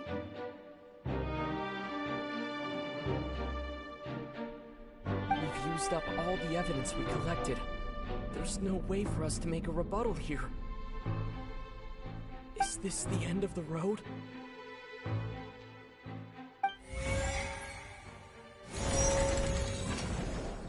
Oh no! Paimon can't think of anything either. It doesn't look like there's any way around this. Seems useless. The water as new evidence was too good a move. Why did this have to happen now? I think we've all seen enough now, and we have ample witnesses to my flawless reasoning. I believe this is indeed the finale. Now then, my good, noble Chief Justice, should we not, in your view, excuse me, everyone, but I must interject. Miss, I must ask you not to shout, and to respect the ongoing legal proceedings. Oh, come on. Don't be hasty. I have a good reason for interrupting, you know. Now, would anyone here like to take a little break from all this debate and see a little magic? I'll show you an amazing trick. One that can bring a young woman who has disappeared back in the flesh, right before your very eyes. Please, do the honors, Mr. Lenny, if you would be so kind. What in the world is she saying? No offense, miss, but miracles like that are beyond my scope as a magician.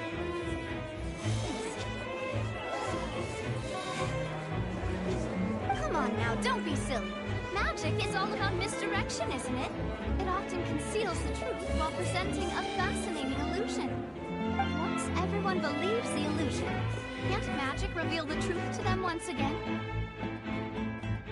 And wouldn't such a trick be the most marvelous finale to today's performance?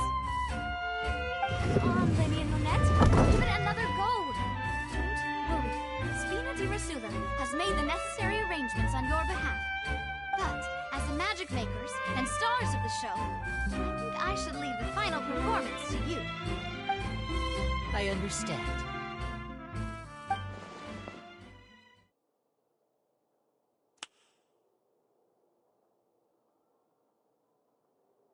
And voila!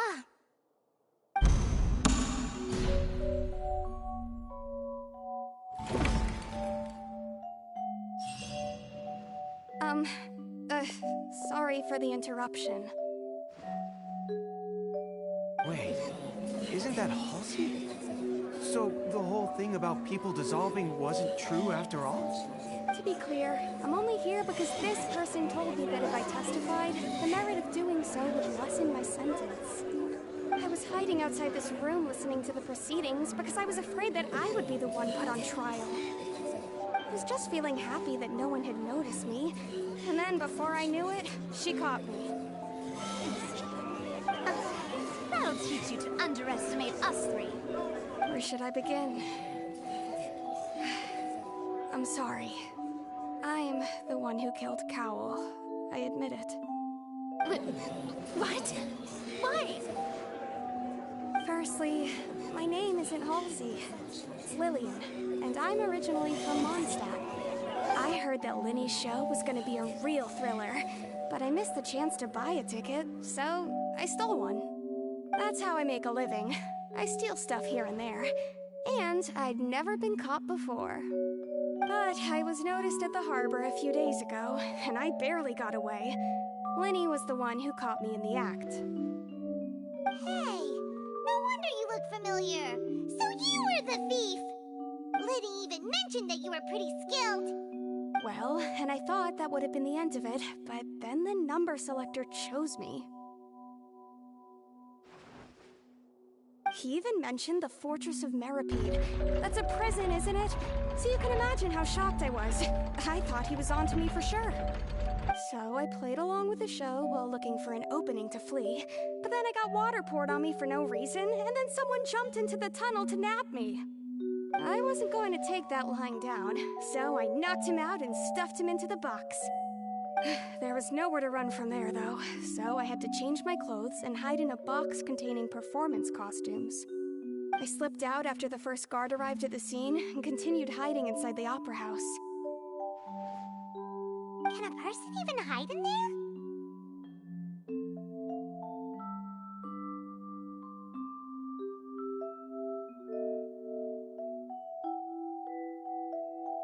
But I swear I didn't know that the water tank would fall down. Really, I swear it. Had I known that, I wouldn't have put him in the magic box.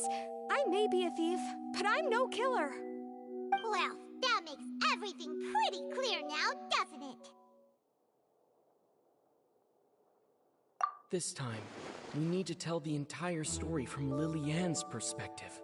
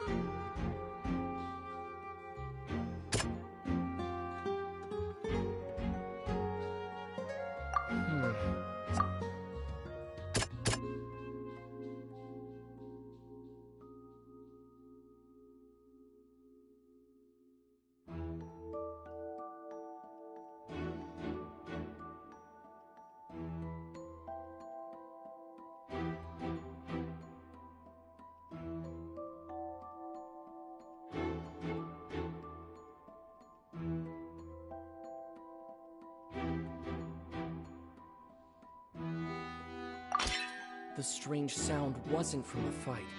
It was Lily-Ann's attempt to break out when she was frightened.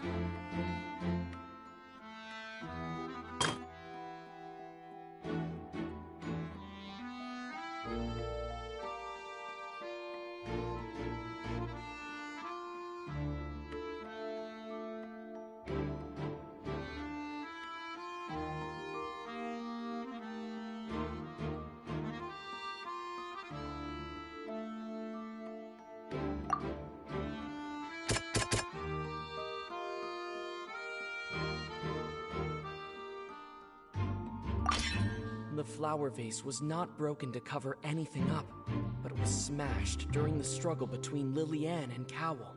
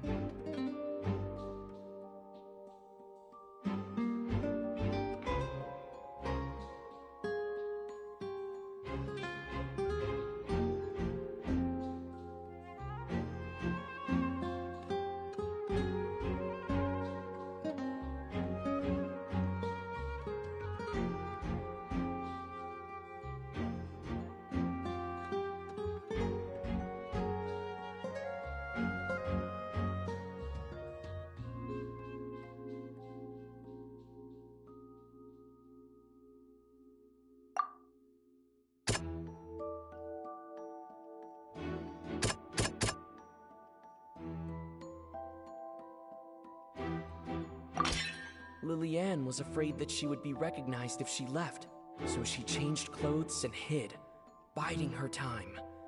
Just what one might expect of an experienced thief. And it's Ace Detective Paimon time!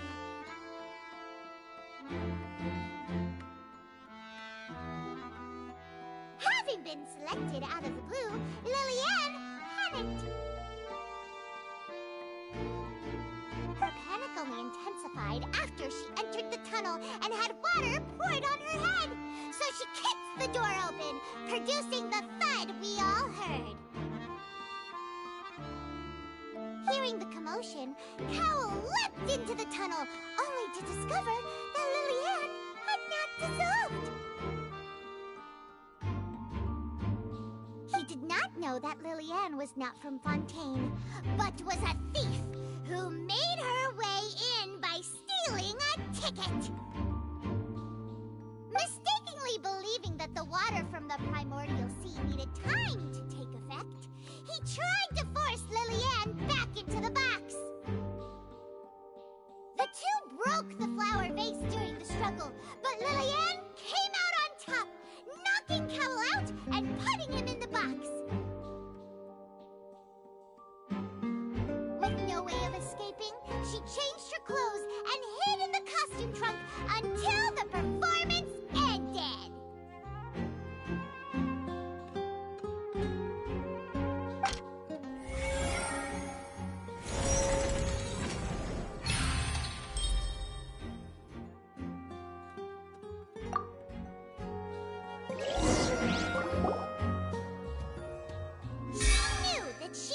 Go through guard inspection if she tried to leave afterward.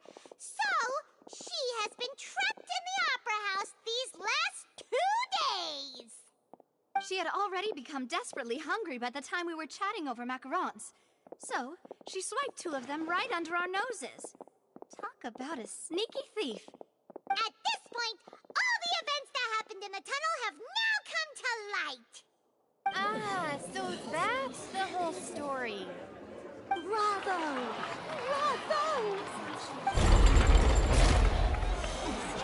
Now then, Lady Farina, do you wish to speak against the defense's statements? Please answer the question, Lady Farina. Also, if I may add, the trial has not yet ended. As such, I request that the prosecution not leave the room before the proceedings have concluded. What? Are you reading my mind now? No, I have no further arguments. I admit defeat. But really, could you at least have left me with some dignity? Wow, look at that! She's like a deflated balloon now. If there are no objections, then as the Chief Justice of Fontaine, I shall once again repeat the full sequence of events. The actual perpetrator of the serial disappearances, Cowell, selected his next victim from the audience reservation list. With some modifications to the selector, he could ensure that the pre-selected young woman would be chosen. To cover up any evidence while committing the deed, Cowell thought of allowing the water tank to fall, which would conceal the water left behind after the young woman was dissolved. He also tampered with the rope suspending the water tank, using the fireworks at the end of the performance to cause the tank to drop and hide the watermarks. He poured the water from the primordial sea into a balloon during the preparation of the magic box and stuck it to the box's lid. Finally, he passed the prepared hook on a rope through the gap in the magic box's door when bringing the young woman to said box. When the magic trick officially began, the box containing the woman was lowered into the tunnel, tightening the hook rope and bursting the balloon containing the water. If all had gone to plan, the young woman would be dissolved at this time. However, Lillian was not from Fontaine, and thus fled the box with a loud noise. Realizing that there was trouble, Cowell entered the tunnel and met Lillian. Thinking that the waters had not yet taken effect, he decided to proceed. However, his opponent was more capable than he thought, and he was overcome, knocked unconscious, and placed into the magic box, and thus became his own final victim.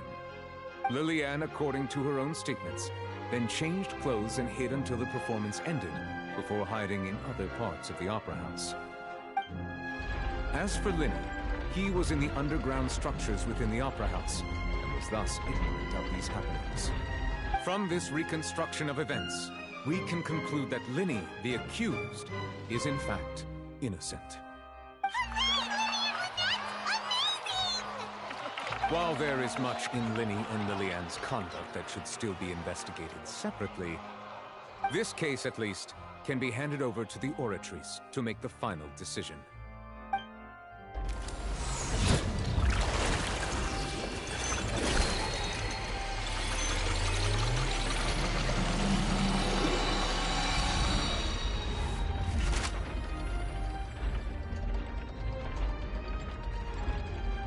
As such, Linny and Lynette are officially declared not guilty.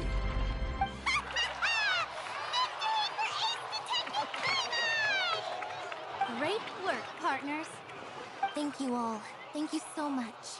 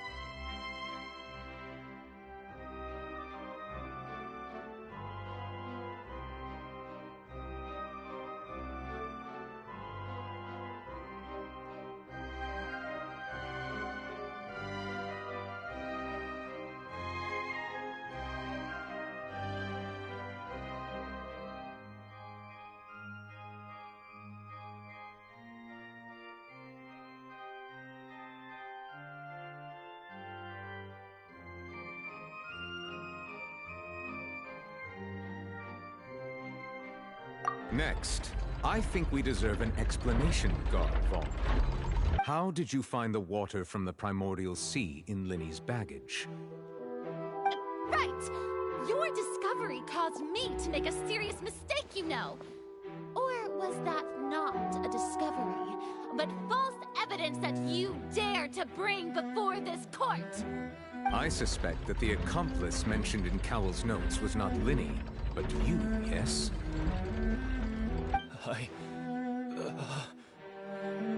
I'm sure you know what you must do to lessen your sentence.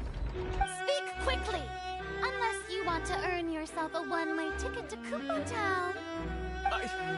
I was just following orders.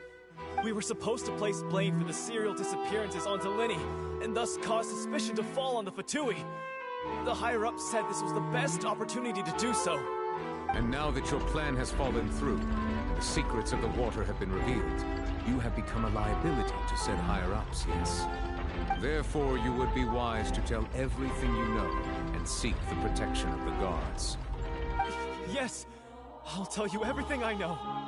Our boss discovered that the water can cause people to dissolve. It can also be made into a potion, which when extremely diluted, can cause people to experience unforgettable exhilaration.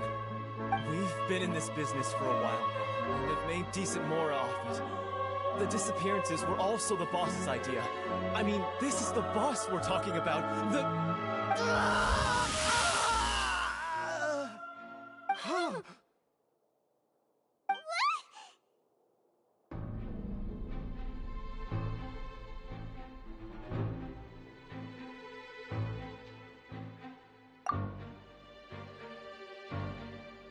And now he can no longer talk. Such ruthlessness. I shouldn't have expected any less of them. An outrageous act. All present, please submit to inspection immediately.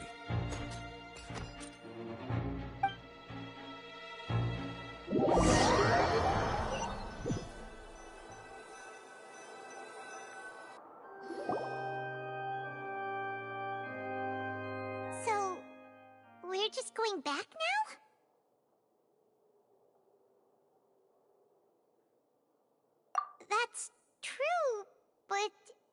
Traveler, Paimon! Please wait.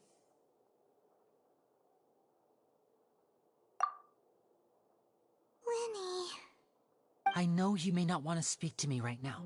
Maybe you don't even want to look at me. But still, let me thank you again for defending me to the end, even after you learned that I'm a member of the Fatui.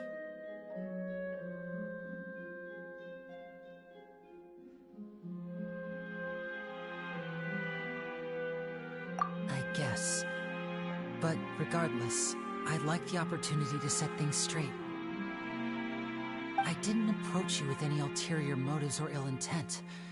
I've spoken to you as myself, just plain Linny this entire time. As for why I'm a Fatus, it's because the goals of the House of the Hearth align with those of an orphan like me. That's all. That was how Father, who you might know as the Knave, approached recruiting us back then too. Knave? The one who controls the House of the Hearth? She's your father? That's right. And since we're here, I was wondering, would you mind hearing a story? It's about my past. Back when our parents first died, Lynette and I were left wandering the streets. To survive, I took to surreptitiously observing an older street performer who did magic. It took me several days to figure out how he pulled off his amazing tricks. I took my sister through several streets until we found a crowded corner, and we began to perform magic tricks there.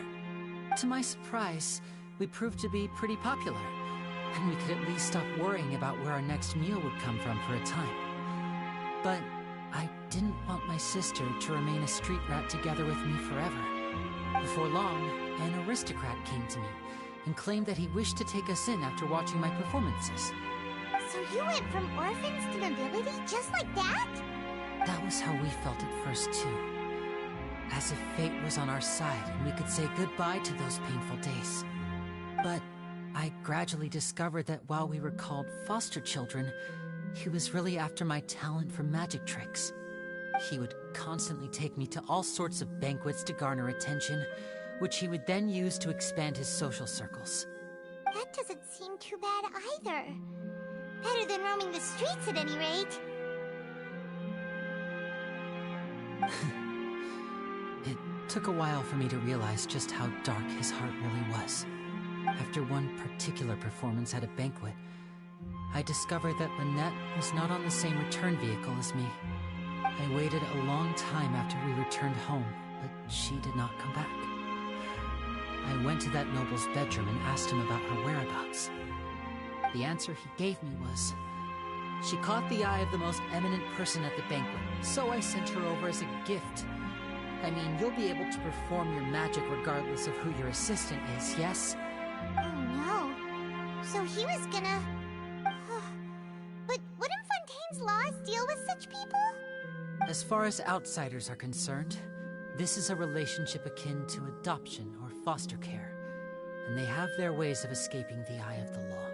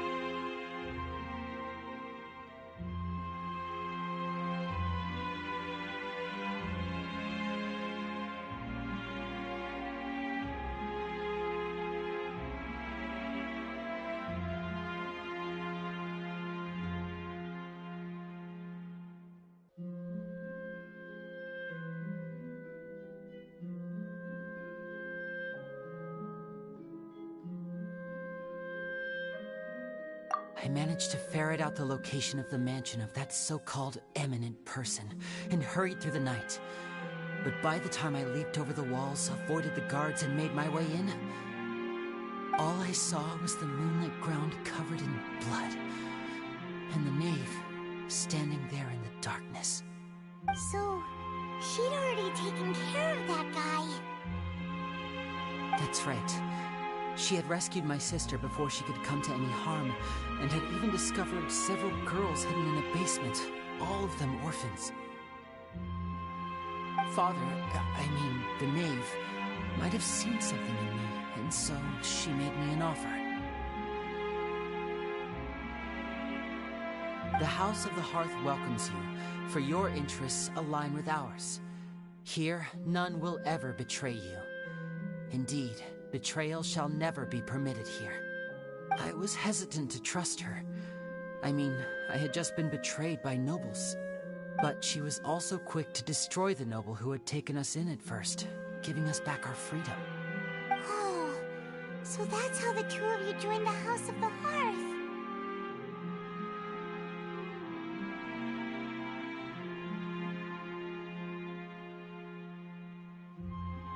She has her own plans. She has gained permission from the Tsaritsa to first use the Gnosis' power when she obtains it. She plans to use it to find a way to break the prophecy and save Fontaine. So, she believes in that prophecy too? That's right. The whole House of the Hearth is currently working to combat that crisis. Today's case has also proven that people from Fontaine can indeed dissolve into some sort of water, thus further supporting the prophecy. Everyone at Hotel Bouffe d'été, including the knave, has their roots in Fontaine. And we will always defend our homeland. To us orphans, the only connection we have left to this world, apart from our family, is our homeland. So, from small deeds like distributing magic pockets, to huge schemes like stealing a Gnosis, everything is aimed at dealing with that prophecy.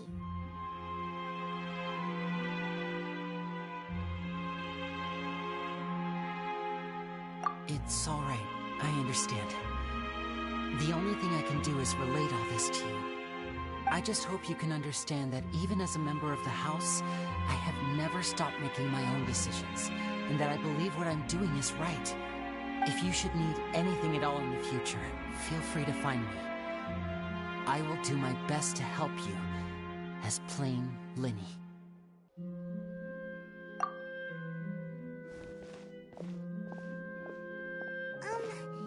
Bye, Linny!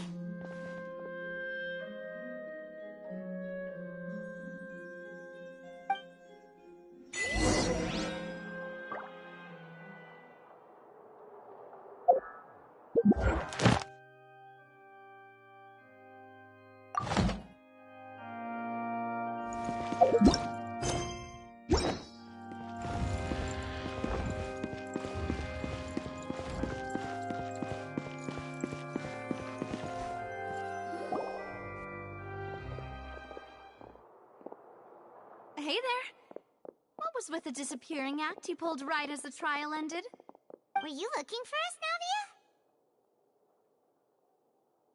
Navia? Well, this whole thing isn't exactly over, is it? I do feel that we're getting closer to solving the serial disappearances case, though. Don't you think so, too?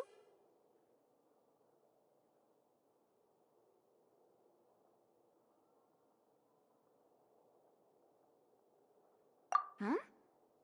What's wrong, my dear partner?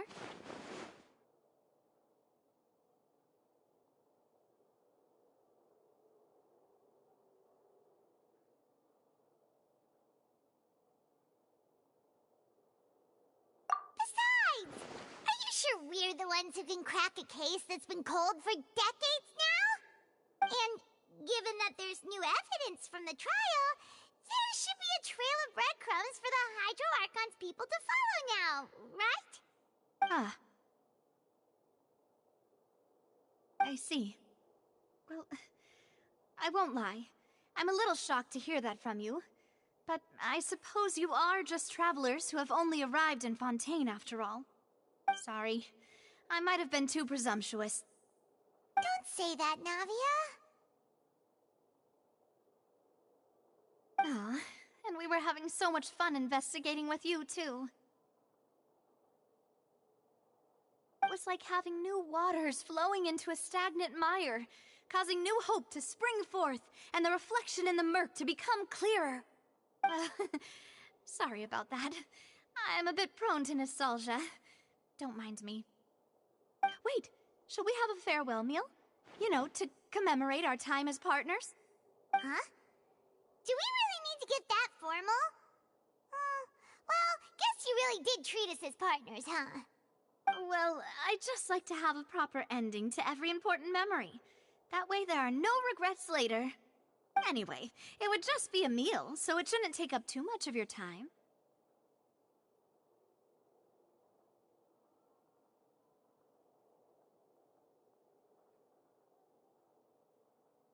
You don't have to twist Paimon's arm. If Boss Navi is treating, count Paimon in! Oh, wonderful. In that case, why don't we return to the Court of Fontaine and head to the Hotel de Boer? I believe we'll make it just in time for dinner. All right then, let's have our farewell meal!